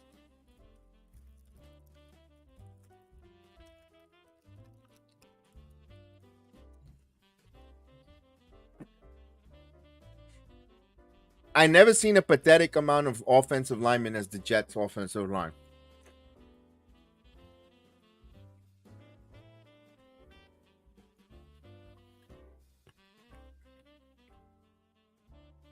This is ridiculous. And for Miami to call a timeout, you scumbags.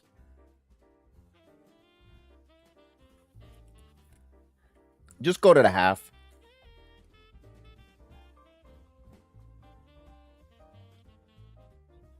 Here's Berrios. I hope he fumbles this. No. All right. We go to the half. Jets trail 24-0. Halftime. Enjoy the halftime. I need to walk. I need to take a walk. I need to just get away from this minutia.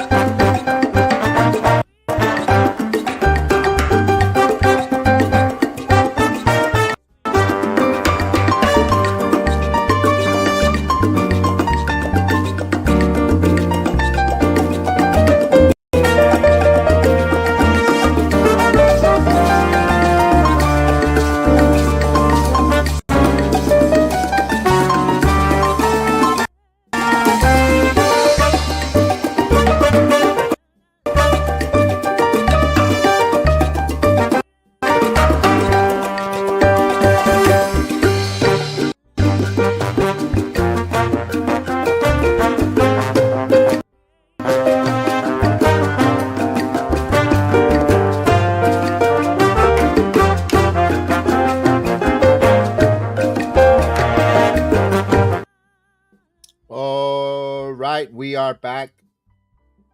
Hope you enjoy your halftime. While the Jets trail here, oh my God, 24-0.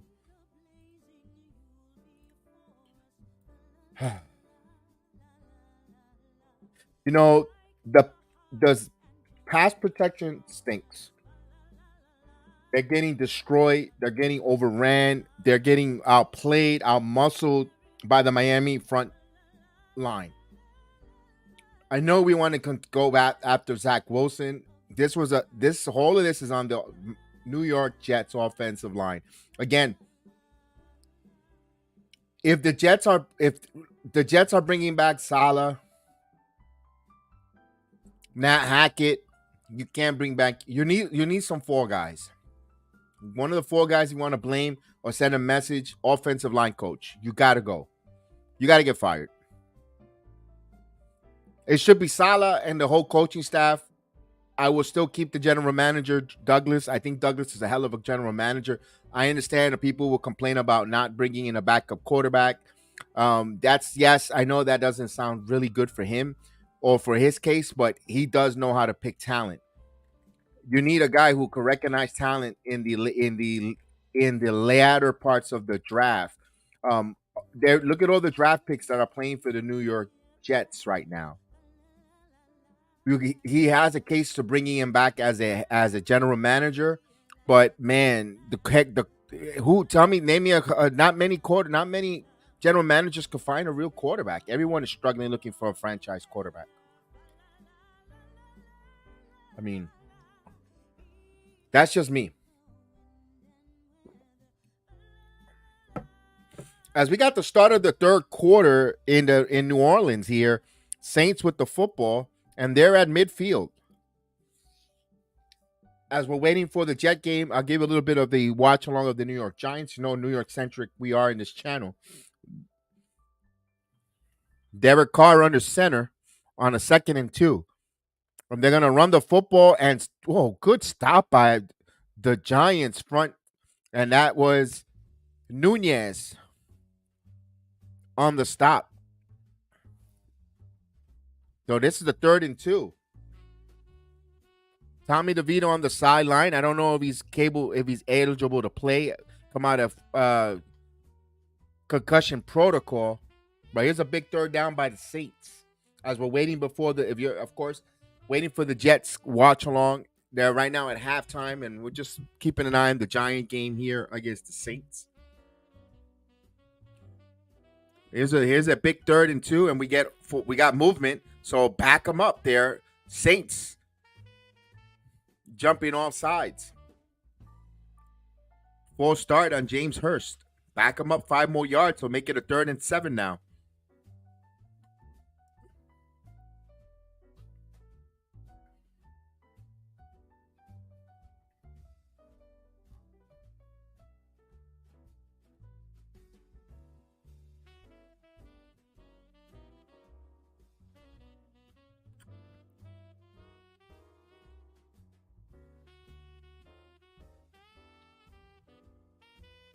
Here we go. 3rd and 7. Carr pressure, throws it over the top, and incomplete. Looking for a flag here. Let's see if there's a holding flag, and they get a flag as Carr politics. Now, I want to ask Carr, how's he asking for a holding from the officials in the backfield where he's watching him and protecting him, and how's he going to throw the flag for holding downfield? That's not his call, but it's a flag on the play. All right, we're about to kick off here the second half. Miami, New York Jets, who are trailing. I don't know. They might pick up that flag there. That was very tedious.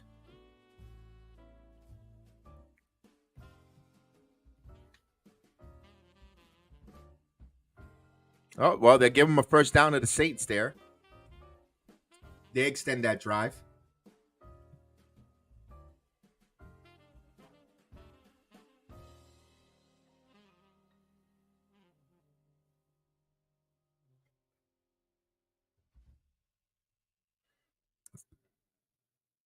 All right, so the Saints are on the Giants side of the field, 49-yard line, as they try to run it on first down, and Kamara run a nice run.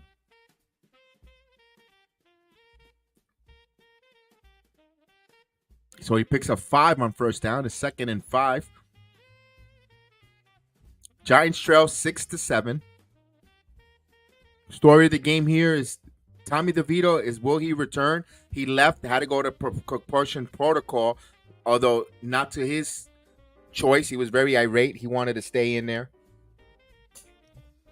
But now the Saints, 2nd and 5 now.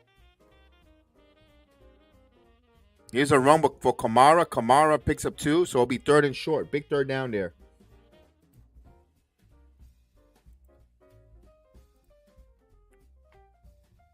That'll be a big 3rd and 3. DeVito looks like he's going to get back in. He's starting to warm up under center.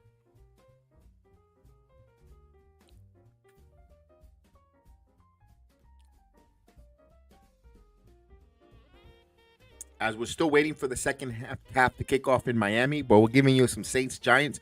Shotgun formation for Carr. Carr is going to throw, and he completes a first down. Ball on the 35-yard line. 34-yard line. First down, New Orleans.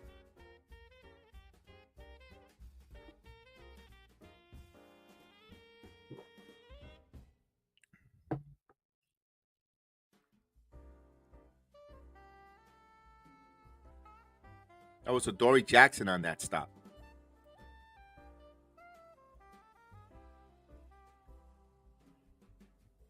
I did not know Jimmy Graham was still in this league. All right. I'm back with New Orleans. Carr throws in the slot, gets a first down. Taking advantage there. So they're moving the football. Looking to try to cash in their opening possession of the second half there. We're waiting for the kickoff here between the Jets and the Dolphins. Of course, giving you a little bit play-by-play of the Giants and Saints as it's going on at the same time here. Remember, Jets received the kick.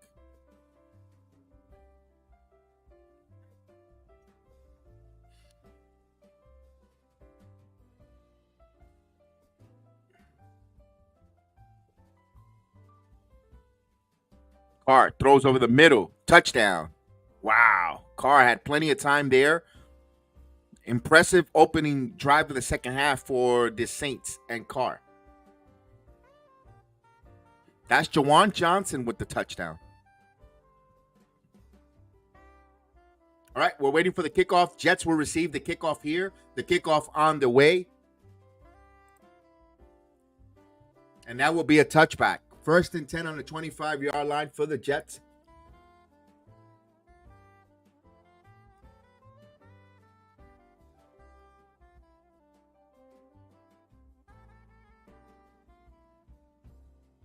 So Zach Wilson in the locker room with dehydration will not return.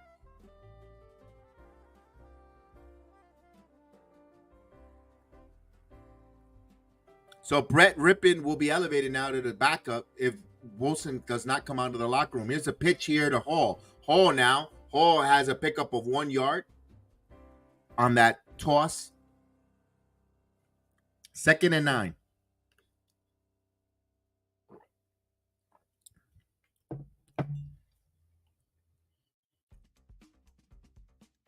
Wow. Jets only have 4 total yards. They're a -10 in the passing game. They've given up 5 sacks. 2nd and 9. Trevor Siemian now in the shotgun. Lazard in motion. Play action. Throws underneath to Garrett Wilson, and he incomplete, and there's a flag.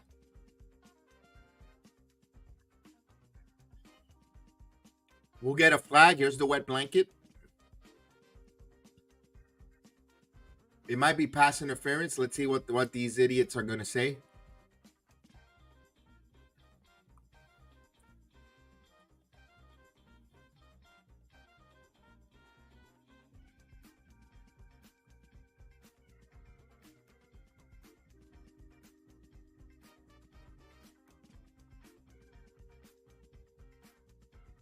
They don't even know what they're going to call. Pass interference on the offense? Are you serious?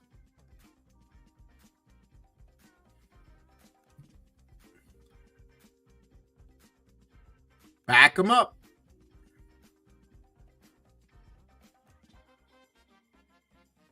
How is that a pass interference on the offense?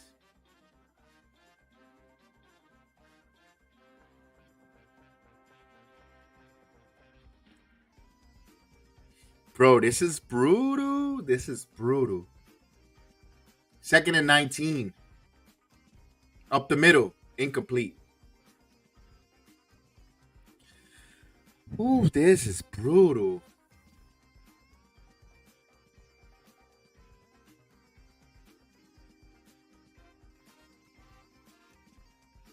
Here's a 3rd and 19.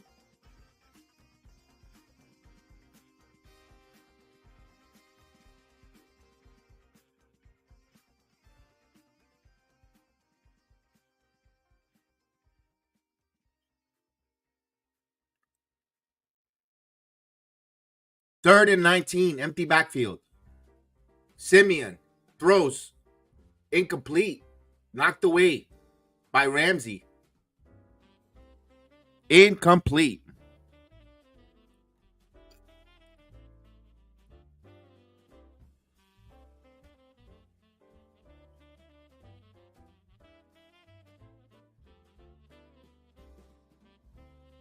Great timing.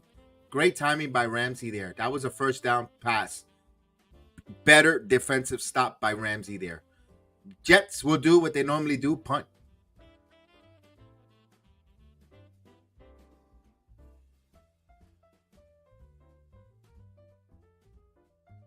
Here's a punt. Fielded at the 29-yard line. Now up the 40, the 45.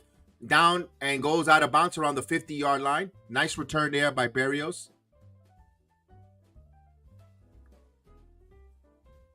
So 53-yard punt, and he ran it back for 19.5 yards. So good job there. Good field position for the Dolphins here as they lead 24-0.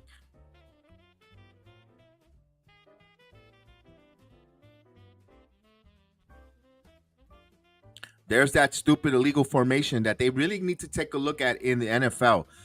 The illegal formation or the legal man off field that needs to be reviewed with the competition committee in the NFL. Too many of that, and do the officials know what that is? Because as an offensive line, the offensive line, the drills is to push forward as an offensive lineman, not to be retrieving on your heels. It's to push and impose your will. And if that's an eligible man off field, I don't know, then what are we doing here? What are we changing the rules here? We get another flag. Boy, back-to-back flags on the Giants. This is unwatchable when the officials want to be. Listen, the NFL, we don't want to watch the officiating. We want to watch the football game. We want to watch the players on the field. We don't need these officials every 2 seconds throwing a flag and we're blowing whistles.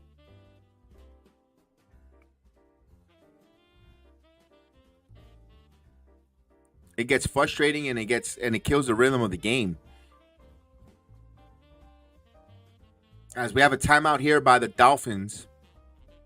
Actually, the field of play as they punt, change of possession here. I'm looking at the Giant game here. And DeVito back in, but Breida now running the football. Breida, and he picks up 3 yards. And it will be a 2nd down for the Giants. Giants need to answer back on New Orleans, who took their first drive of the second half and scored a touchdown. They trail 14-6. The story there, their kicker, their field goal kicker came up with a hamstring injury. They have their punter now kicking field goals for the Giants. 2nd and 17 now as DeVito's back. DeVito in the shotgun. Hands the ball underneath, and he gets back to the original line of scrimmage. So it'll be now 3rd and long. That was Saquon Barkley on the draw. It'll be still now 3rd and 17 for the Giants. Not away. Can't answer that drive. Wow. So here's the Dolphins' first possession of the second half. And a shotgun formation for Tua Tagovailoa. Tua gets it off. And here's a bounce off. And that's a loss of 2 yards by Mostert. Slow getting up with Solomon Thomas. Now the Giants will punt. DeVito incomplete.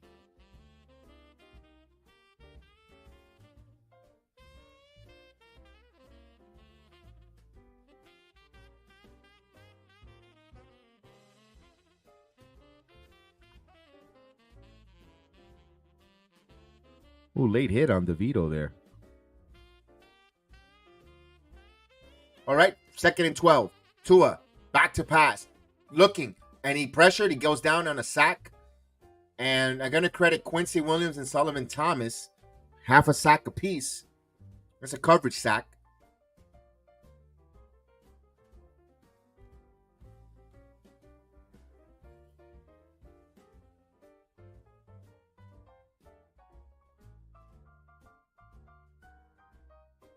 So Zach Wilson is out of the game with a head injury, not concussion, head injury. We all know he's not there insane in the head. He's been a head case for the New York Jets organization.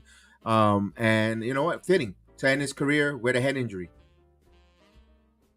Here's Tua, throws on the flat, and this looks pretty good, champ. And trying to pick up about a yards, and they keep pushing, and the officials don't call it's dead. And meanwhile, when things get a little bit chippy, you want to call the late flag. See, they're the ones that set the tone for those late hits. Because if you're not calling the whistle and you're going to that rugby push or the tush push, guys are going to come out of nowhere and knock people on their rear end. So this is 4th and 5. So Miami keeping its offense there. Looks to see if they're going to try to draw the Jets off sides here on a 4th and 5. You could also go for it. Jets offense hasn't shown you nothing that they can move. Even if you turn the ball over on downs on a 45-yard line. I mean, I don't see the Jets moving the offensive. And they're going for it. They throw, and there's a first down. Gutsy move by Miami. Waddle again. Waddle to the 20. And first down. So 4th and 5 on the 45, and they got it. They picked up 25 yards on that play. Good call there by the Miami. You know what? Go for it. Go for the juggler. Why not? I hate to say it, but you know what? There's going to be receipts here for years to come. If we tend to outscore you guys in a few years from now, don't cry, Miami fans. Just remember this. 1st and 10. Here's a handoff up the middle, and that picks up 3 yards. Now Miami in the red zone, but we have the wet blanket coming out in the flag. Wet blanket time. Let's see what the morons are going to call.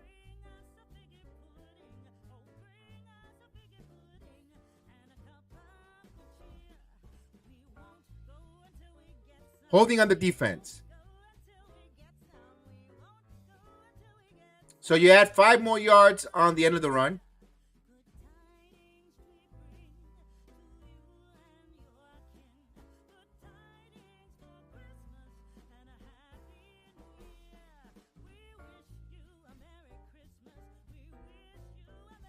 Wow, they're brutal.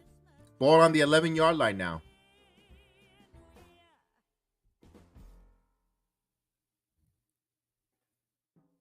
Oh, here's an all-star.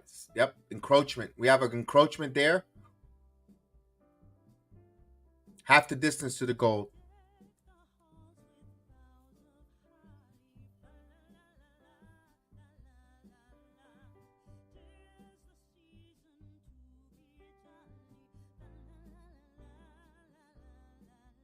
All right, so Jalen Holmes, encroachment.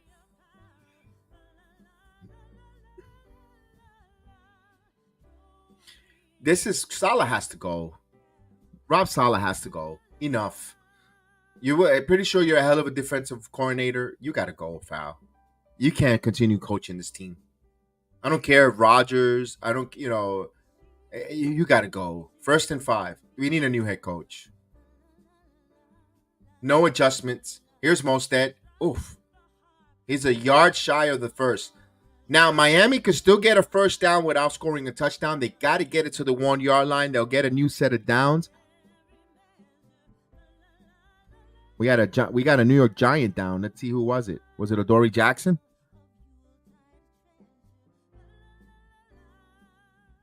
Or was that McKinney? Ooh, as his head gets...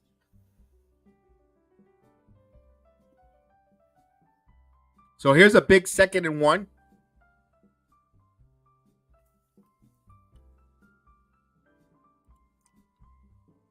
Mostert. No, good job on the Jets defense.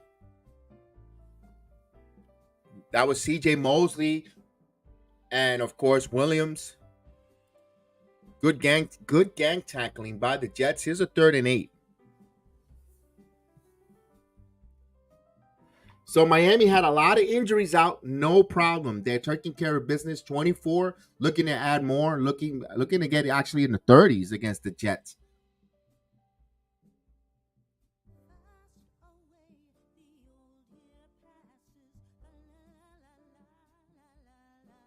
Third and 8. Tua throws the back of the end zone, and it is a lot of contact. We're getting a flag. No call. Wow. That's a lot of contact. I'm surprised with these officials throwing the flag, wet blankets all the time. Not for nothing, that should have been a pass interference. I hate to say that. And I get mad about the lack of calls, but that should have been a flag.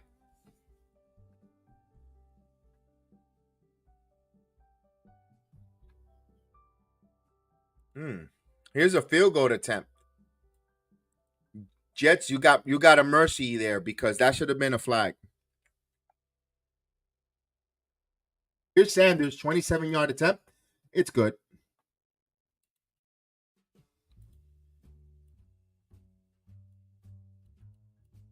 Oof. Jets are getting beat down. What a beatdown for the Jets. Ugh. This is a type of win for Miami that's going to secure them of the AFC title East. The AFC title East for them to hold on to that division. I think they win the division here with this win, especially this afternoon.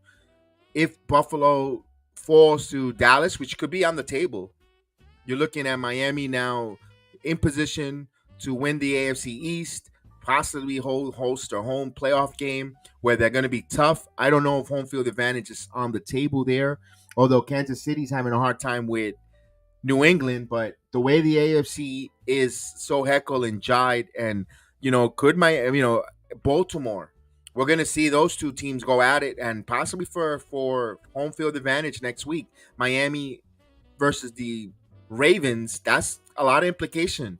I don't believe in those fraudulent Jaguars. They're a bunch of frauds. That's going to be interesting. Good job on Miami there with all the injuries pluckering up.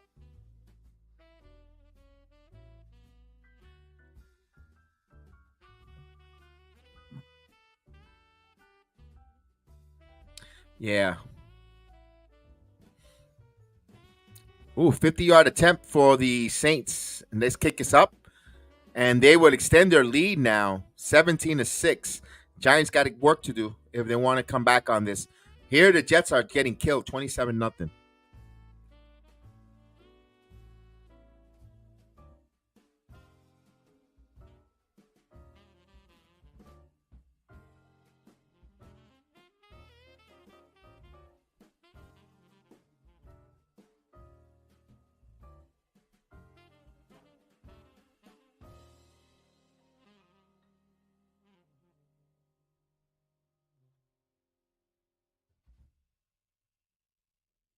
Oh, man. Esto es una vergüenza. This is embarrassing with these Jets. Oh, let's go. What are we going to do about it?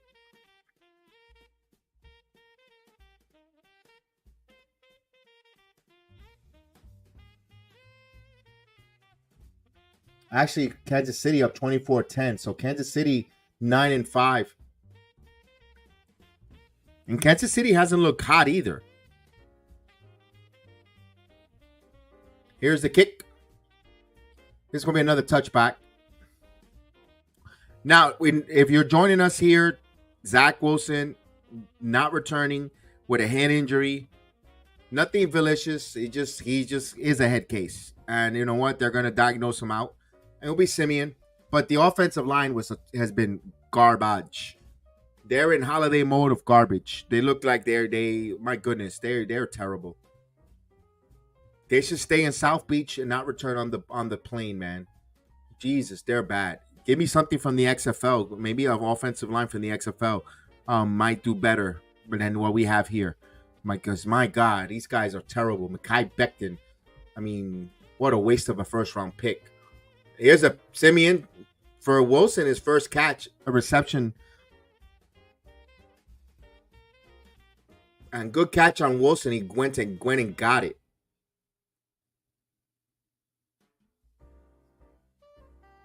That was close for being intercepted, too. Dangerous one.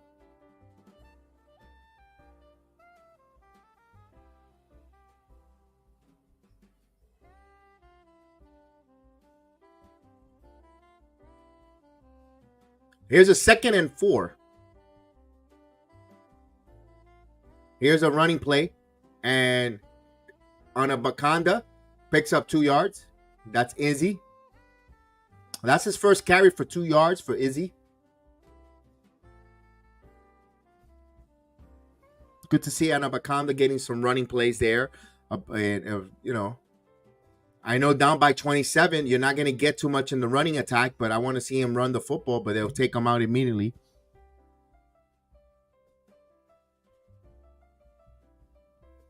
This is a big 3rd and 3 here. I mean, we've been saying that all game. Big 3rd and 3. I want to see them at least continue with the football on their side. I want to see some kind of back-to-back, first downs, extended drive. Here's Simeon. Simeon throws. And, of course, my stream just freezes as they throw. It's probably incomplete. Oh, no. That's a first down to Lazard, the lizard.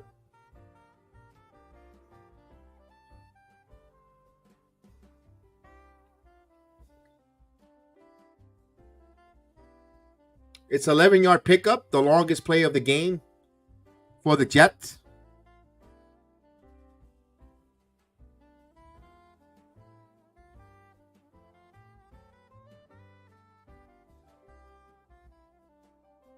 All right, so we get a new set of downs for the Jets. Simeon under center, Wilson in motion. Here's the wet blanket. Here comes the officials. Ay, me cago en nato, referees. We get a full start. Something positive. We get a 10-yard, a 10, 11-yard play, and it always happens like death taxes or a penalty. I mean, I can't. I just don't understand why they lose this focus. They commit these. This is every game.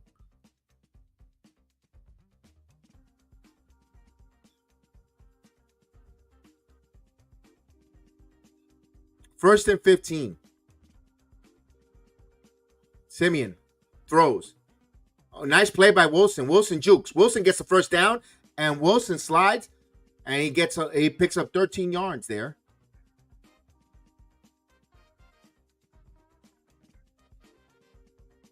That was all on Garrett Wilson who made that, and of course Romo wants to say it was Hackett who called that. No, that was on Garrett Wilson who made that happen.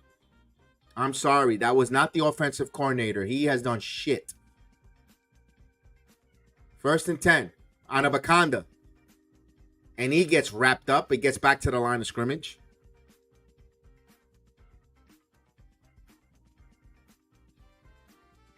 Actually, they give a pickup of 1. So they give him a 1 yard pickup.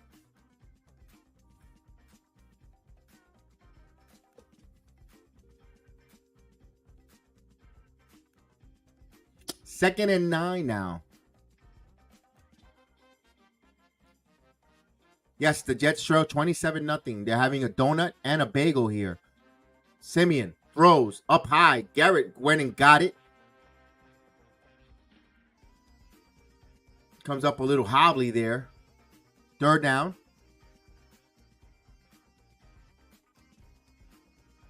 That was almost redirected there.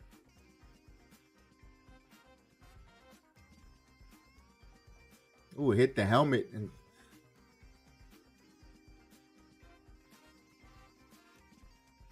third and 4. Oh, we got a free play. Take a shot downfield, moron.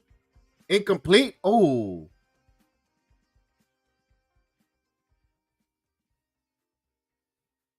That should be a first down on a offsides on the defense. They had the free play and they went that route where you almost had Wilson killed there. 5-yard penalty, first down.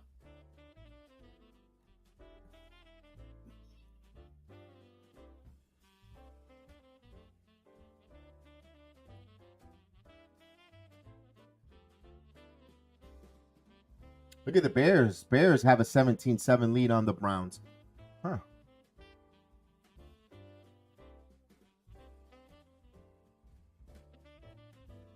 First and 10 now. Simeon, play action. Simeon throws over the top, deep ball, and intercepted. Whoa, Jesus. Intercepted. Here's a return. He's still on his feet to the 40, and he goes out of bounds.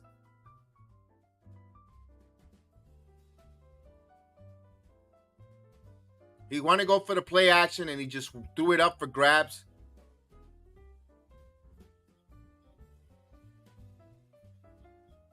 I'm not going to get too mad on the play that they throw the ball up there. He threw the interception. It sucks, yes.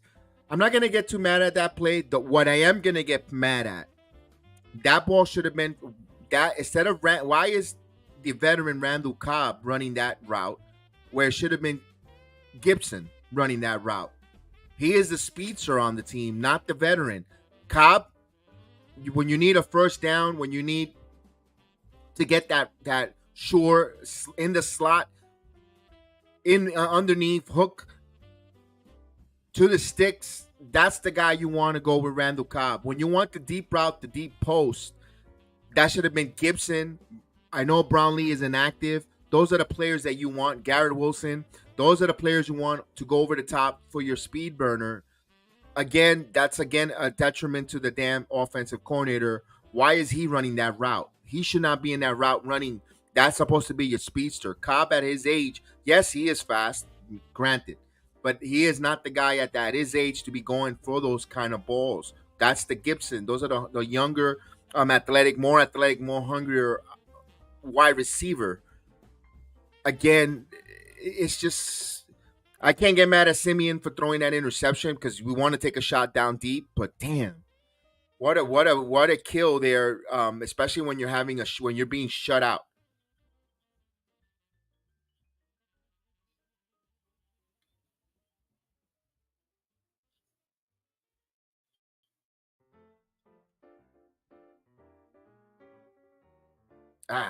So we have a turnover.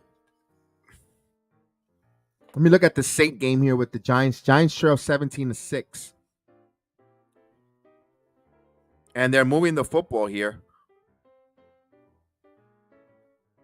They got a first down, but Alvin Kamara there. Doesn't look good for the Giants here either. And they're just about to hit that fourth quarter, and they're in field goal range are the Saints. Giants defense trying to hold them there to a field goal or set them up for a long field goal. We're going to have a penalty flag there on that game. Let's go back into the Giant game here, the Jet game.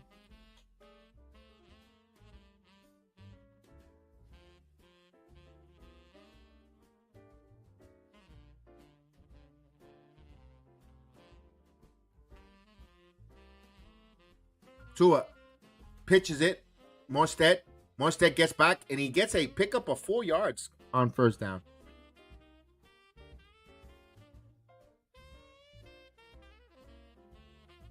As they show Richard Fangio there.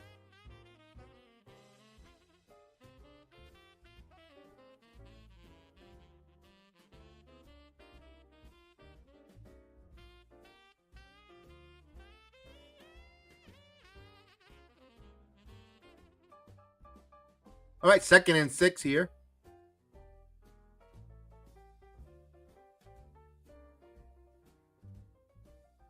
Tua now gives it to Mostert, and boom.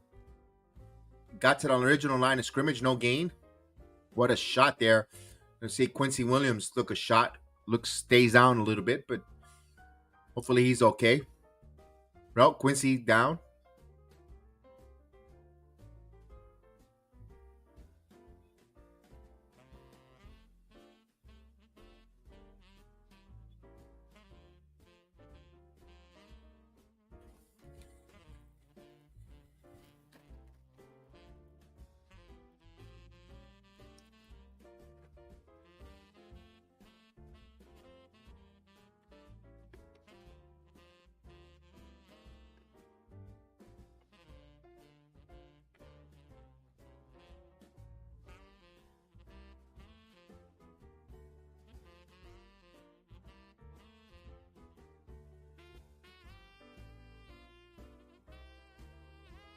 All right, so there, as they attend to Quincy Williams, who took a shot there and that stop there. Hopefully, just a little bit knocked the wind out of him, and he could take a couple plays and come back in. Hopefully, nothing major for Quincy.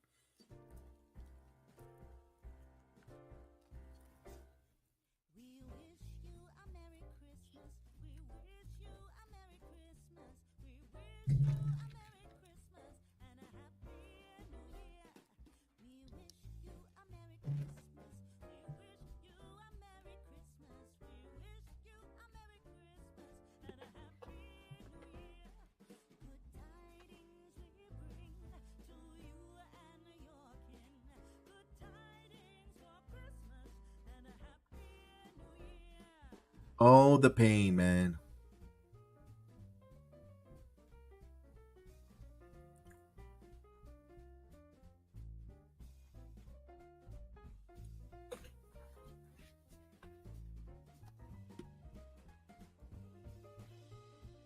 Let me look at some games. The Saints, of course, 17-6. Falcons and Panthers 7-6. That's a big one. Even the Bears up 17-7 on the Browns. Bears, what a resurgence for Matt Eberflus and company there. He's trying to coach to save his bacon.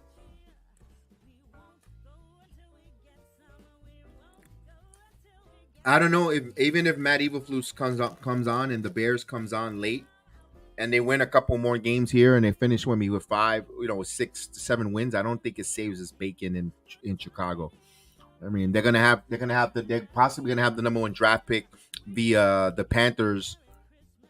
You know that the Caleb Williams stakes is gonna be there. If you bring in a head coach who's enticed like a Harbaugh, who former Bear, that's a nice setup there with some picks. But they'll have their own 1st round pick, so that'll be interesting. 3rd and 4. Empty backfield. Tua throws, 1st down. That was Smite just enough and picked up 6 more to spare after that.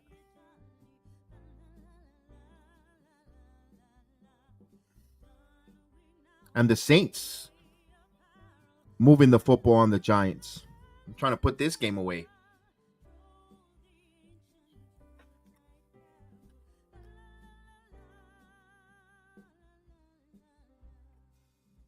First and 10, Miami. Yes, there's still 15 minutes. There's still 17 minutes left of this game. I mean, we would love to be put out of our misery. 1st and 10, pitch around, and the Jets defense right there. Whitehead looks shaken up there too.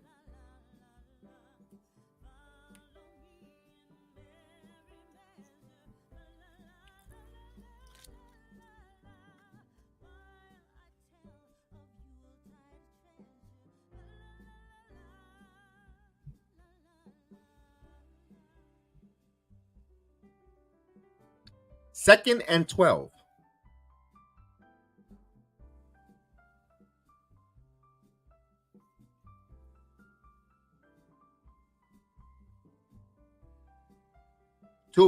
Tua throws, out to his safety blanket, and that is a loss of 1 on that. Or you could say no gain.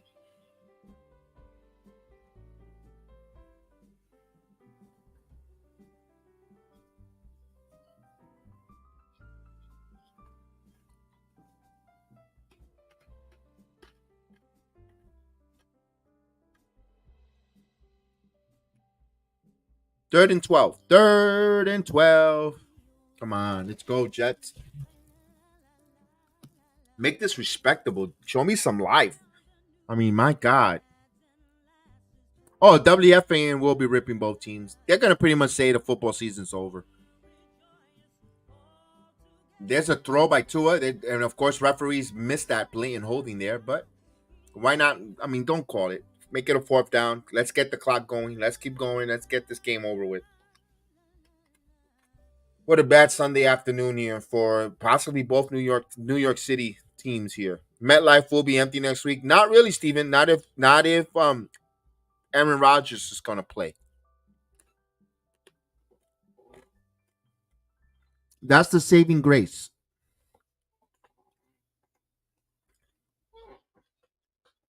Which he shouldn't come back, be honest with you, now that they're done.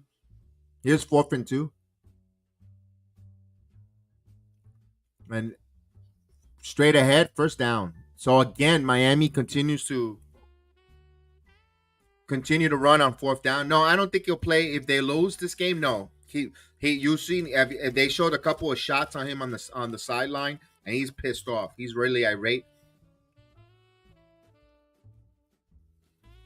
This Joker better not pull the Brett Favre and not want to play for the Jets next season. That's going to be on the table.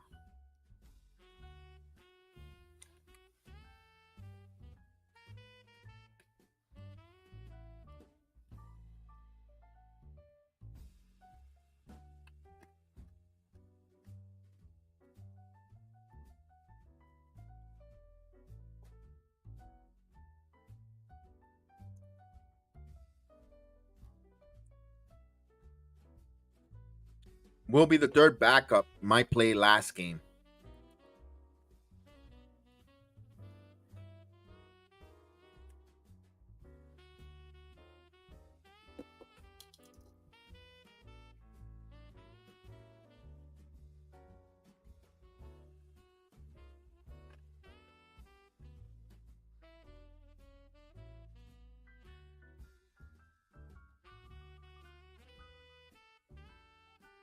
Oh, Saints scored, so that's over.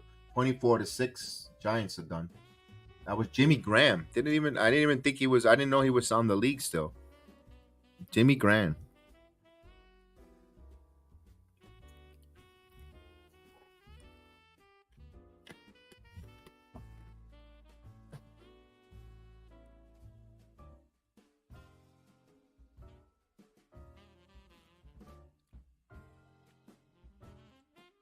At least the Giants scored a touchdown.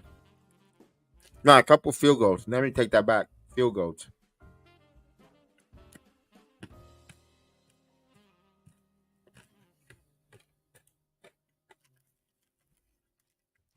Yeah, I could see that.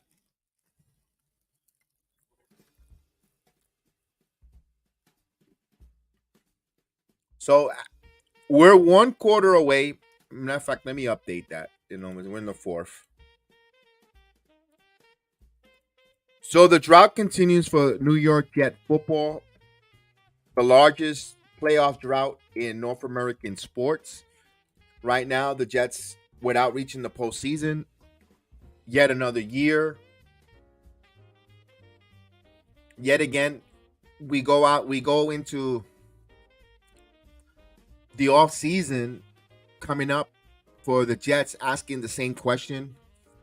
We still don't know who's the quarterback for this team, franchise quarterback for years to come, waiting for the second coming of name it. Haven't had anyone to quarterback this team consistently for a few years in a row. The close we had was Sanchez, maybe Ken O'Brien to Sanchez. You can't even say Testaverde. You can't even say O'Donnell. No, we knew that he was very limited. He was bad. Immediately he stepped on the field. Boomer Esiason, that went bad with the instability of the coaching staff. Darnold, there was hope because he was a high draft pick. That was botched. I mean, when is it going? When is it going to stop raining when it comes to the Jets organization as a franchise?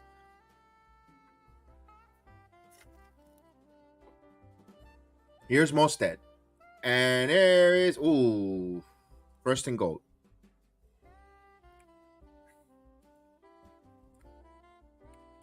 First and goal now. We got a flag here. Oh no! Here's the wet blanket. Wet blanket holding on the tight end. So back it up, Miami.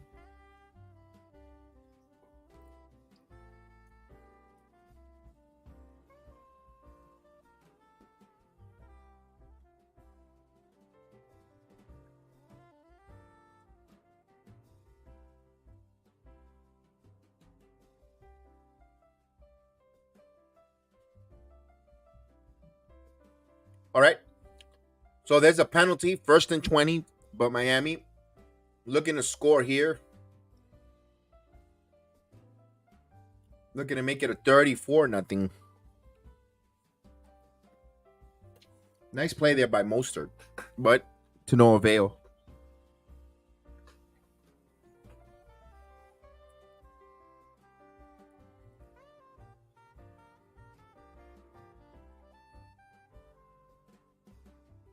Oh, we had an injured Jet. Okay, it was McDonald. I was wondering why is it taking a longer than normal time for this play here to develop. Shotgun formation. Boy, the Jets got a lot of wounded defensive players, man, in this game. Waddle mixes and Waddle loses a yard. Be second and 21. Jermaine Johnson on the stop.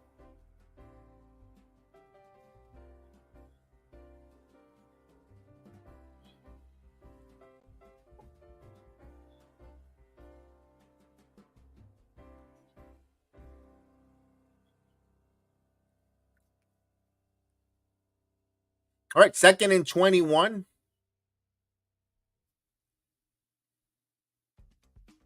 Jets are trailing 27-0. It's not been a fun watch along with these Jets putting another ineptical job on the offense. Here's a running play.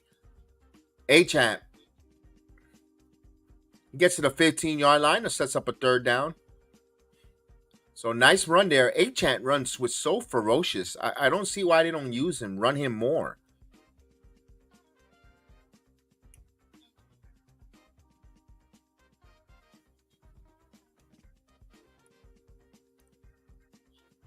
Especially when you get Waddle back and I mean when you get Hill back with Waddle, you have Champ, the way he runs ferocious. That's ferocious there. 3rd and 11. Tua. And he gets sacked. Solomon Thomas, the veteran, gets the sack. I believe that's the Jets' 3rd sack or 4th sack as a team. Here sets up a field goal, and of course we're trying to make 30, put 30 on the Jets.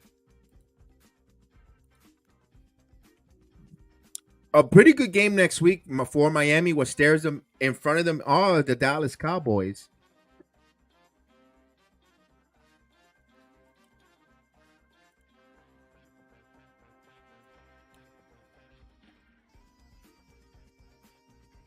$35-yard kick for Sanders is good. So it's 30 points for Miami tonight.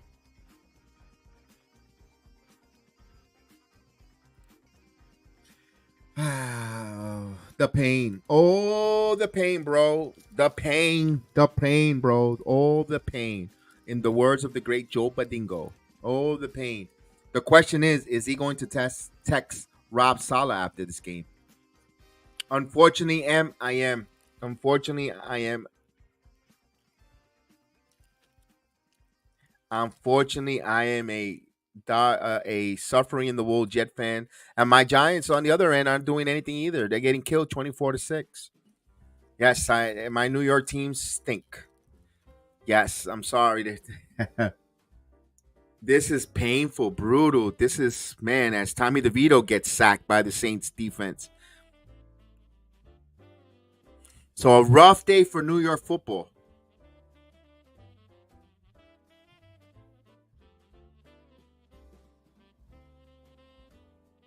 This is brutal. This is brutal.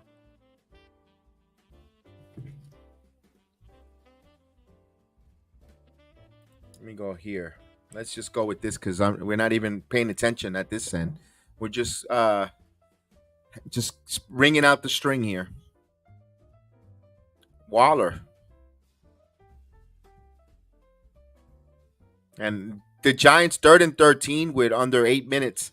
They trail 24-6. They got to get going if they want to get this a game. But I don't think I think just like the Jets, luck has run out on Tommy DeVito.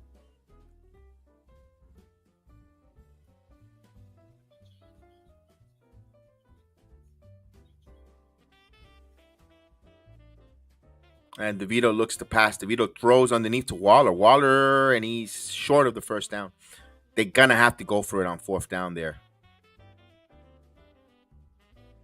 Wow, Tampa all over Green Bay 33-10. So Tampa putting a little monkey wrench in Green Bay's opportunity to try to be in the hunt and hold on to that final wild card. That's why this loss here, if they lose for the Giants, going to sting. You had a tiebreaker on the Packers, and you lose this game to the Saints. Ugh. Because I think Saints win the division by default. One of the teams in the NFC South, the NFC South is going to win.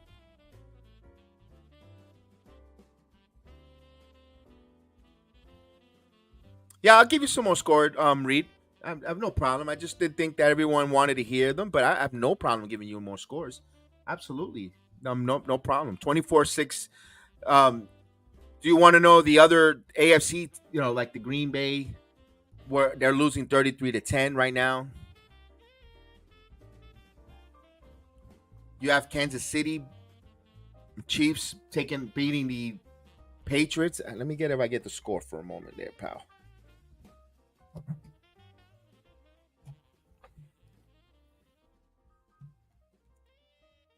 I'll get you some more scores. Bear with me there. Bear with me. Want to make sure that you bear with me there. All right, here we go. You asked for it, you get it. Actually, Tampa's up 33-20 on Green Bay. Houston trails the Tennessee 16-9. So that's a lot of implication. As more of the offensive or AFC teams loses, it helps the Dolphins because it helps them also catch a playoff spot. So in this case, you kind of want to see Tennessee lose, or actually Houston, one of the two. But it's just going to help a game in Chicago, 17-7. You have the Green Bay, you have the Bears winning against the Browns. Here's Anabakanda. He got a first down. Anabakanda runs and a nice screen draw there. As I'm looking at more plays around the league, there we got another wet blanket whistle. Rodgers is just pissed. You can see that look in his face. He is irate. Kansas City has a 27-10 lead on New England Patriots. Carolina trails by 6-7 against those Falcons. But I'm trying to give you some more AFC games.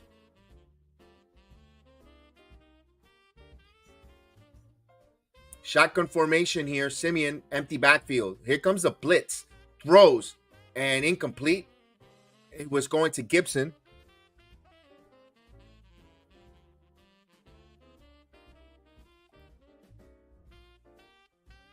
And of course, later in the afternoon, the big one. The Buffalo Bills taking on the Dallas Cowboys. That's going to be a good one. A lot of implication there for Buffalo. Buffalo needs that game. And hoping that these Dolphins hiccup against the Cowboys next week. Here's 2nd and 10 now. Here's a throw, and there's a first down to Gibson. In stride in the slot, and nice pickup there. 17 yards, I believe, on that play or more. Gibson in the slot. This is, again, how much I ridicule the offensive coordinator, the slant. If you got those speedster over the top, that's what you need to use some of these players. That play there should have been Randall Cobb. But good job on Gibson getting that first down. 1st and 10 now. From the 41-yard line. As Simeon pressure throws, and did he complete it? Yes, he completed to the tight end there. To Conklin, he picks up 7. So right now, Simeon getting on some rhythm. That was actually Rucker.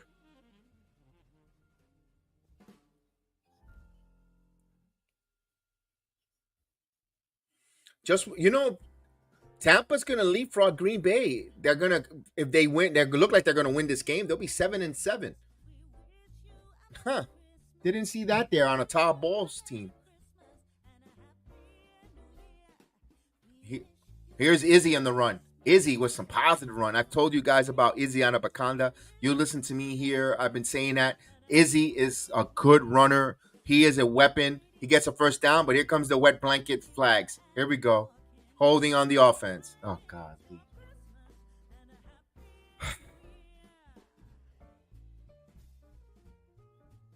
God, with these holdings.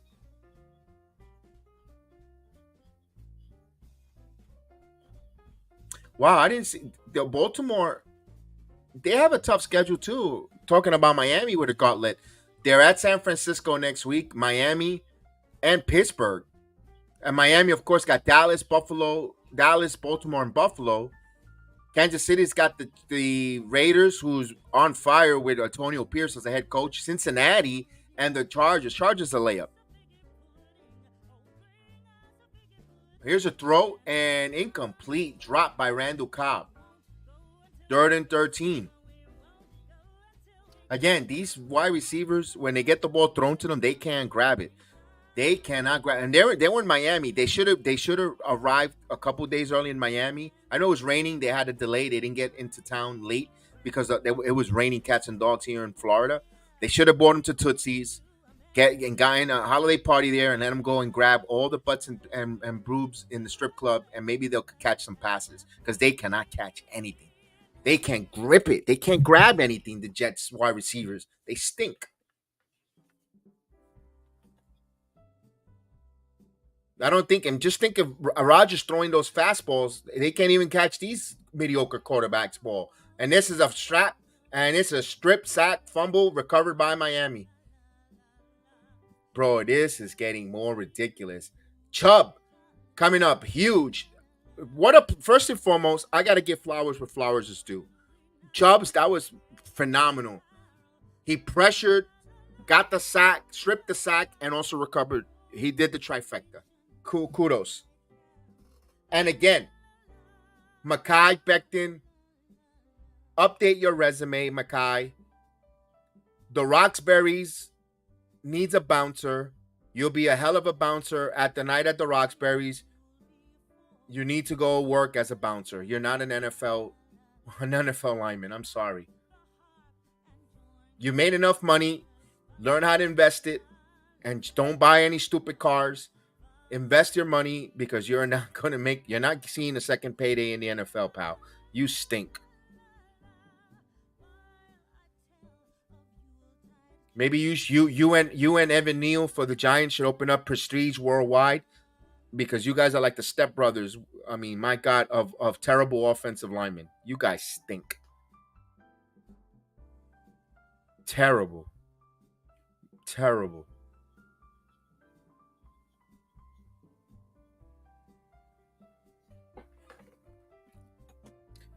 Looks like Mike White will be coming in, and what a cherry on top. The former backup quarterback, Mike White. Now, Mike White, I understand. I know people were complaining that the Jets should have kept Mike White, be the backup for Aaron Rodgers. Mike White, believe he's making $13 million with the Dolphins. You had Zach Wilson there where you have to pay him and all that. You brought in Aaron Rodgers. I understand with Mike White, you could let go of Mike White because he's injured. Every time he's gotten the opportunity for the New York Jets, he has gotten injured. And I understand the offensive line hasn't been great for the Jets, but he's been known already in the Jets' eyes, in their department, he's injury prone. I can see why they let Mike White go with Miami. He's a perfect backup for Miami. Miami has a better offensive line, although you could say Eichenberg. I know you guys dislike him and accept Y and Z. And we could debate about that. But there's actually more weapons for Mike White to operate. I think Miami was a better fit for him than New York. I would have liked to see what a Mike White would have done with this team, but I understand why they moved from him. I'm not gonna get critical or overzealous or crazy about not keeping Mike White at $13 million. You already had Zach Wilson. I don't know if you were going to get rid of him. They tried the Jets try to be cute, try to have their cake and eat it too. So here's Mike White under center.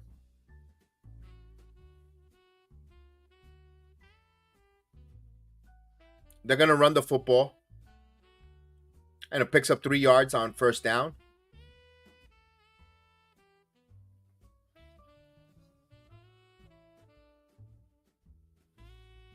So 224 yards passing for Tua Tagovailoa. He's 21 of 24 and a touchdown. So one thing about it, he didn't turn the football over. Like the Black Friday game, they turned the football over. They made Tua turn the football over, but the Jets offensively was even worse that day. We thought today they were bad. They were even worse on Black Friday. Here's 2nd and 7. But still the same result. White throws this one again down to the flat. And there's a first down. A little extra zealous there. I'm surprised they didn't get a flag there. Mosley.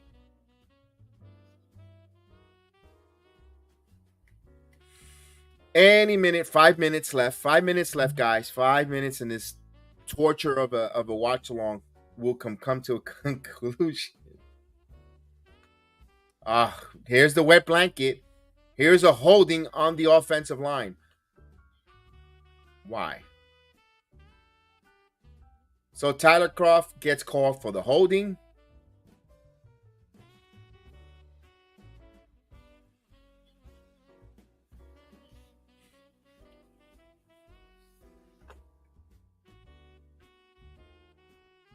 So Miami did not need Tyreek Hill. Tyreek Hill on the sidelines taking another paternity test.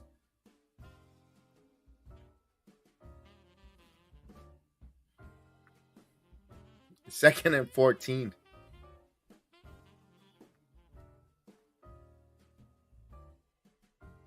They're going to run the football. Misdirection. Oh, look at this. A-champ. First down, but there's a flag. Oh, Jesus. Here's another flag. Oh. Listen, I understand the NFL. You referees do this as a hobby or a weekend job, but we don't want to see you guys throwing flags every play. Illegal use to the hands to the face on the offense. I mean, it benefits the Jets here. Looking at this, what are you talking the side of your mouth? That's Eichenberg with the penalty, by the way. But it just takes the flow. Look at this. New England down by 10 now, 27-17. Fighting back on these Kansas City Chiefs. That great defense. Now, if I would have told you yesterday when we did the AFC shakeup, that New England was scoring 17 points on this, oh my God, wonderful defense of Kansas City, you probably would have laughed on me on the show yesterday. Meanwhile, the Jets are the ones that are having donuts with bagels right now, getting shut out. Getting shut out like a young man on a Friday night at the bar. Nothing.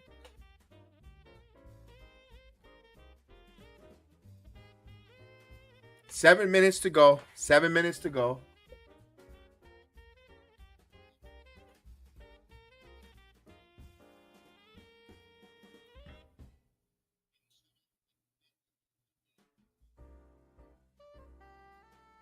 Another Jet injury. Boy, they're dropping like flies here in Miami.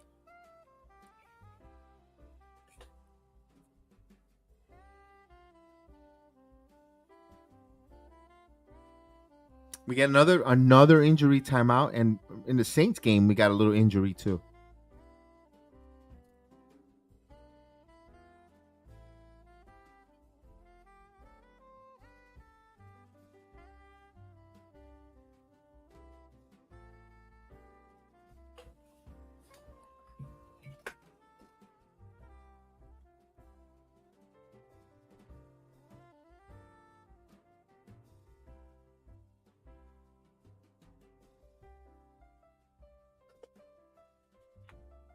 Oh, it looks like the Falcons are gonna win their game. And actually, no, second and goal. Who has the football? Let me look at this here. Give you guys a little bit of updates. I hate red zone. It's just like the most HD. I hate the red zone. Oh, we got a tie game though. Tennessee and Houston all tied at 16 with 2 minutes. Tennessee with the football though. So Houston has come back. We're all even at 16, but Tennessee does have the football. 2-minute warning. Carolina has the football. 3rd and goal. So Carolina's trying to actually set up for a game-winning field goal opportunity for them to win this game. They're trying to kneel the ball down and take the football, take the clock down as much as possible and set up a chippy 20-plus yard, 25, 27-yard field goal for a walk-off win on the Saints. On the Falcons, that's going to help the Saints, what I mean. You got the Bears still up 17-10 on the Browns. Again, that helps the AFC, all the AFC. If you're a Miami Dolphin fan, seeing the AFC teams that are in the hunt or in the wild card continue to lose, it also betters the Miami chances of clinching a playoff berth via wild card or division win.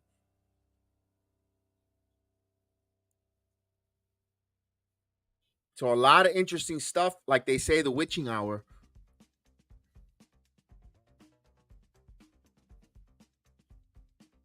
And it's all going to ride on Piñeiro's foot here. 1 second left. And, of course, the Panthers are going to try to kick it. Holmes walks off the field getting help into the 10th. So 3rd and 19 here for the Dolphins. Mike White now looks to throw. White throws, and that's to the running back. And he goes down. It'll reach 4th down for a 1-yard pickup. There'll be a punt. Set up a punt here.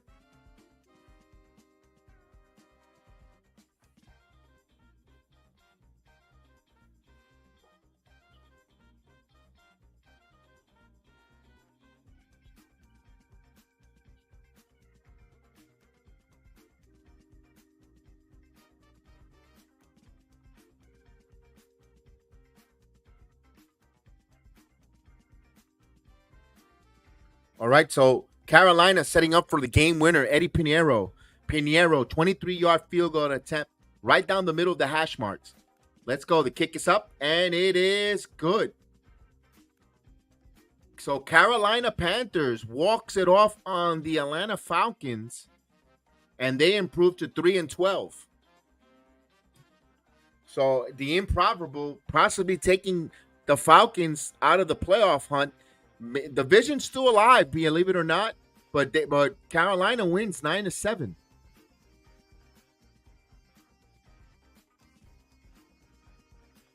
So pretty okay games here. Besides, unfortunately, we're stuck watching these dreadful New York teams, both getting their butts run in here, 30-0 and 24-6.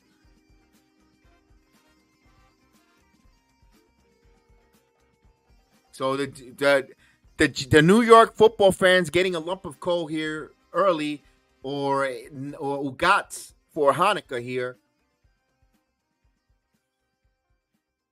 Terrible situation. Here's a run.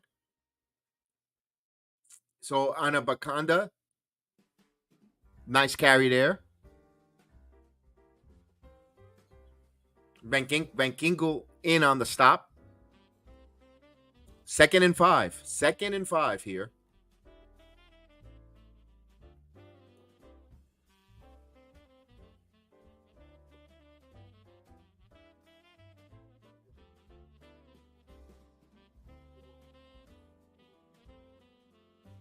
Simeon looks, finds Anabaconda in the back on the flat, looking at these games around, and that's a loss. Anabaconda was better off just dropping the football, not corralling it. Third down. 3rd and 6.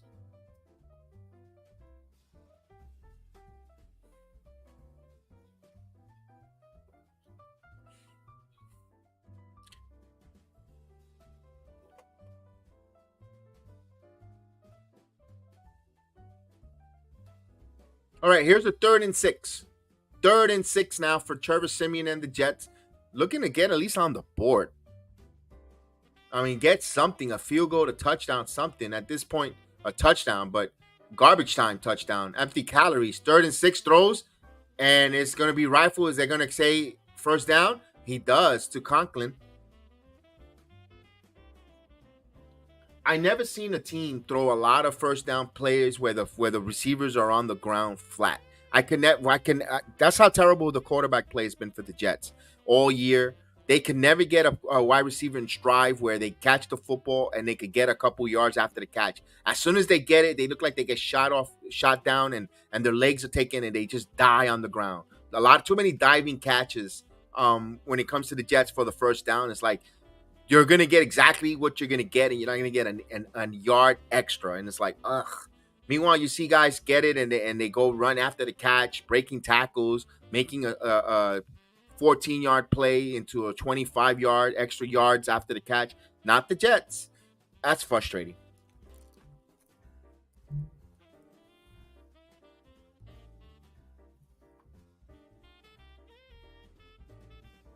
Third and 10.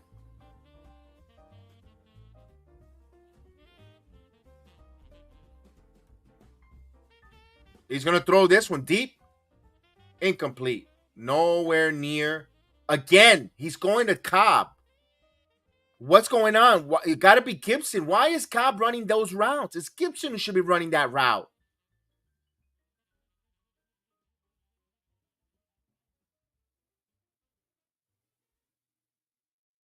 Fourth and 10.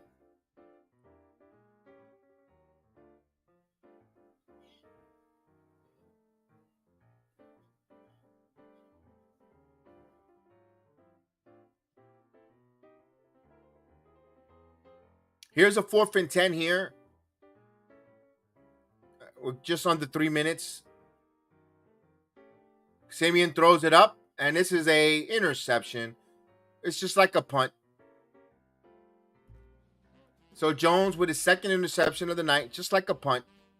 I mean,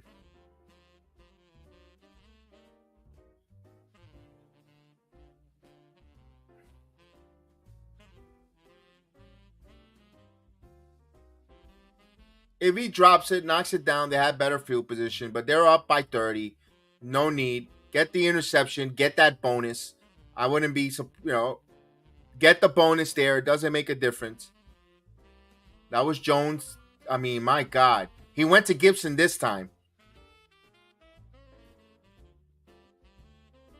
So Miami looks like they're going to get a shutout. They're going to have the Jets eat the donuts today with some bagels on their way back home. Back to Florham Park, leaving South Beach. Take some donuts with you. This is the type of games that you have to make changes, man. You can't keep throwing this out again. This is 8 years in a row. The franchise is going to have a losing record. And I guess you're going to say, well, it got derailed with Rodgers getting hurt 4 plays in. I could give you that argument, but then the Jets went on a 3-game winning streak. You were right there. Where was the adjustment on the coaching, the innovativeness of the bringing in players, developing? Where's your coaching staff to develop or prepare 53 men on that roster? Let's say plus the other 16 that are on your practice squad. Where was the development of your coaching staff to put them in right positioning? You had a deficiency on your offensive line. Where was the techniques and the emphasis of practice, of getting into cohesion? And I understand guys got injured, guys were getting hurt. Max Muncy, at times you've seen back and forth with the injuries. McGovern, Tipman.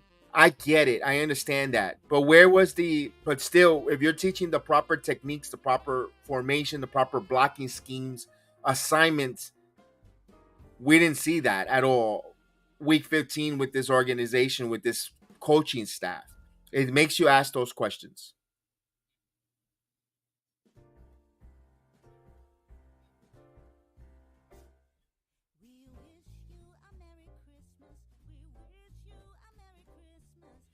Let's look here. We got the Bears still up by 7 on the Browns with 5:34.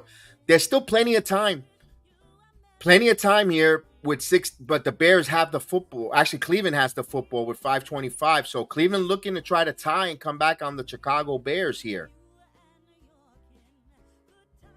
So hold up a second, Miami fans. Cleveland wants to add or keep their name alive, relevant. Looks like Kansas City is going to get out by the hair of chinny chin chin, although they're up by 10, 27-17.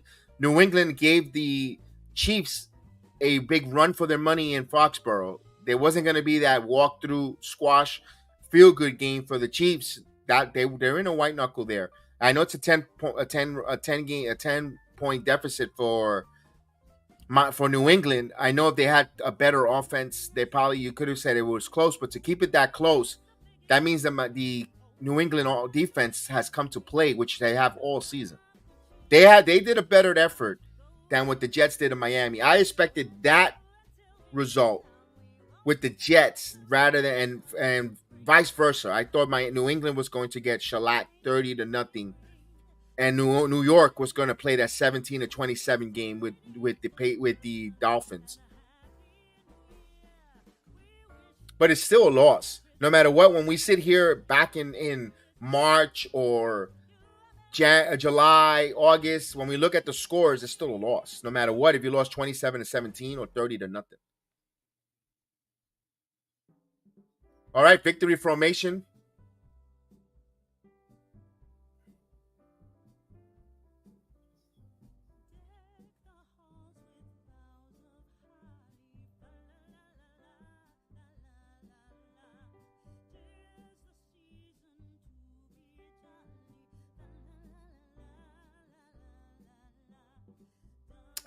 Roger Clemens. That was funny. That was funny. Like that one there. That was a good one there. Big Latino. 1245. I'm not gonna say the whole name there.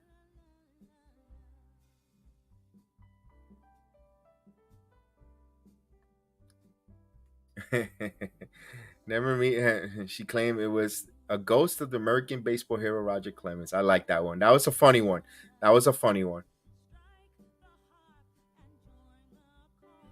I mean, it is what it is.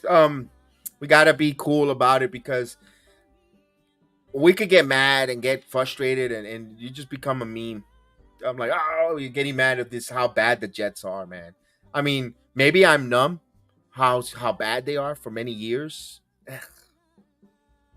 But damn, it gets tiring, bro. It gets tiring, friends, for them being terrible, man. You quiere ganar, papa. You want to win once in a while, man. At least get, that's why those 2 AFC title games were special because they weren't expected, but they kept getting to the AFC title games. So that's why it was cool. All right, 4th and 12 here. 36 seconds. Just got all their timeouts, but just don't prolong this game. End it. It's Sunday afternoon. You guys watched along well, and I appreciate everyone that stuck around and watched along with me here. And this brutal bad game by the Jets. If you're a Miami fan, you're enjoying this. And why? And you know what? Rightfully so. You got a hell of a bad schedule coming up.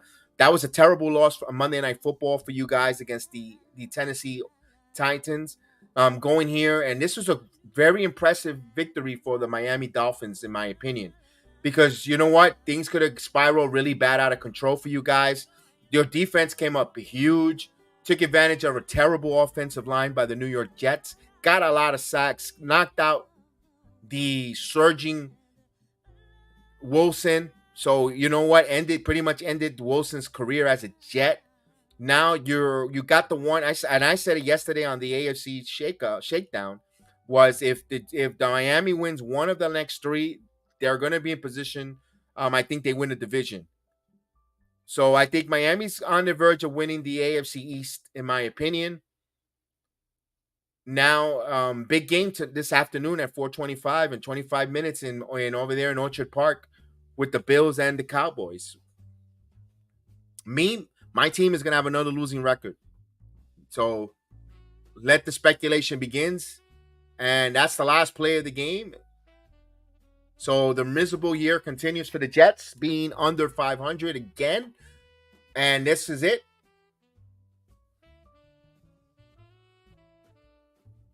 $30-0, the Jets lose in a despicable fashion.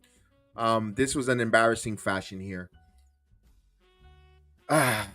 Giants lose. The Browns has come back and tied the game on the Bears with 3 minutes. So the Browns has come back and tied it at 17.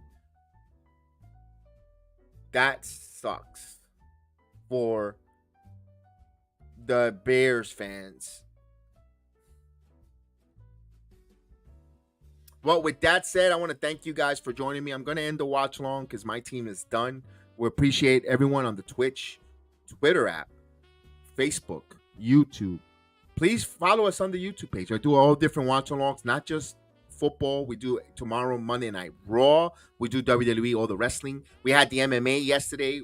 Kobe Covington and Edwards. We had that watch along. We do basketball and NBA basketball watch alongs as well. And I got my partner. I've got 4 of us on our channel, and sometimes 5 with Chris when he does the Yankee baseball.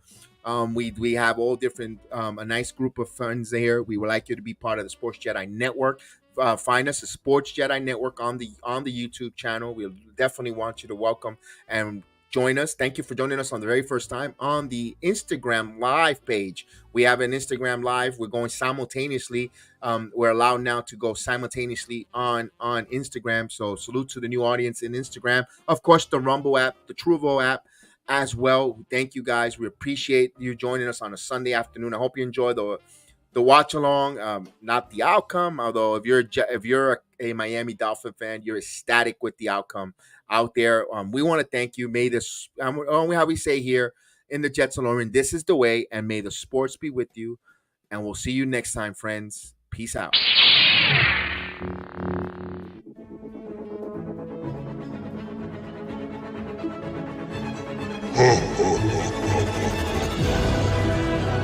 Join me, and together we can rule the galaxy. Destiny and subscribe if you only knew the power of the Sports Jedi. This is the way. This is the way. This is the way. This is where the fun begins. This is the way. You have been well trained.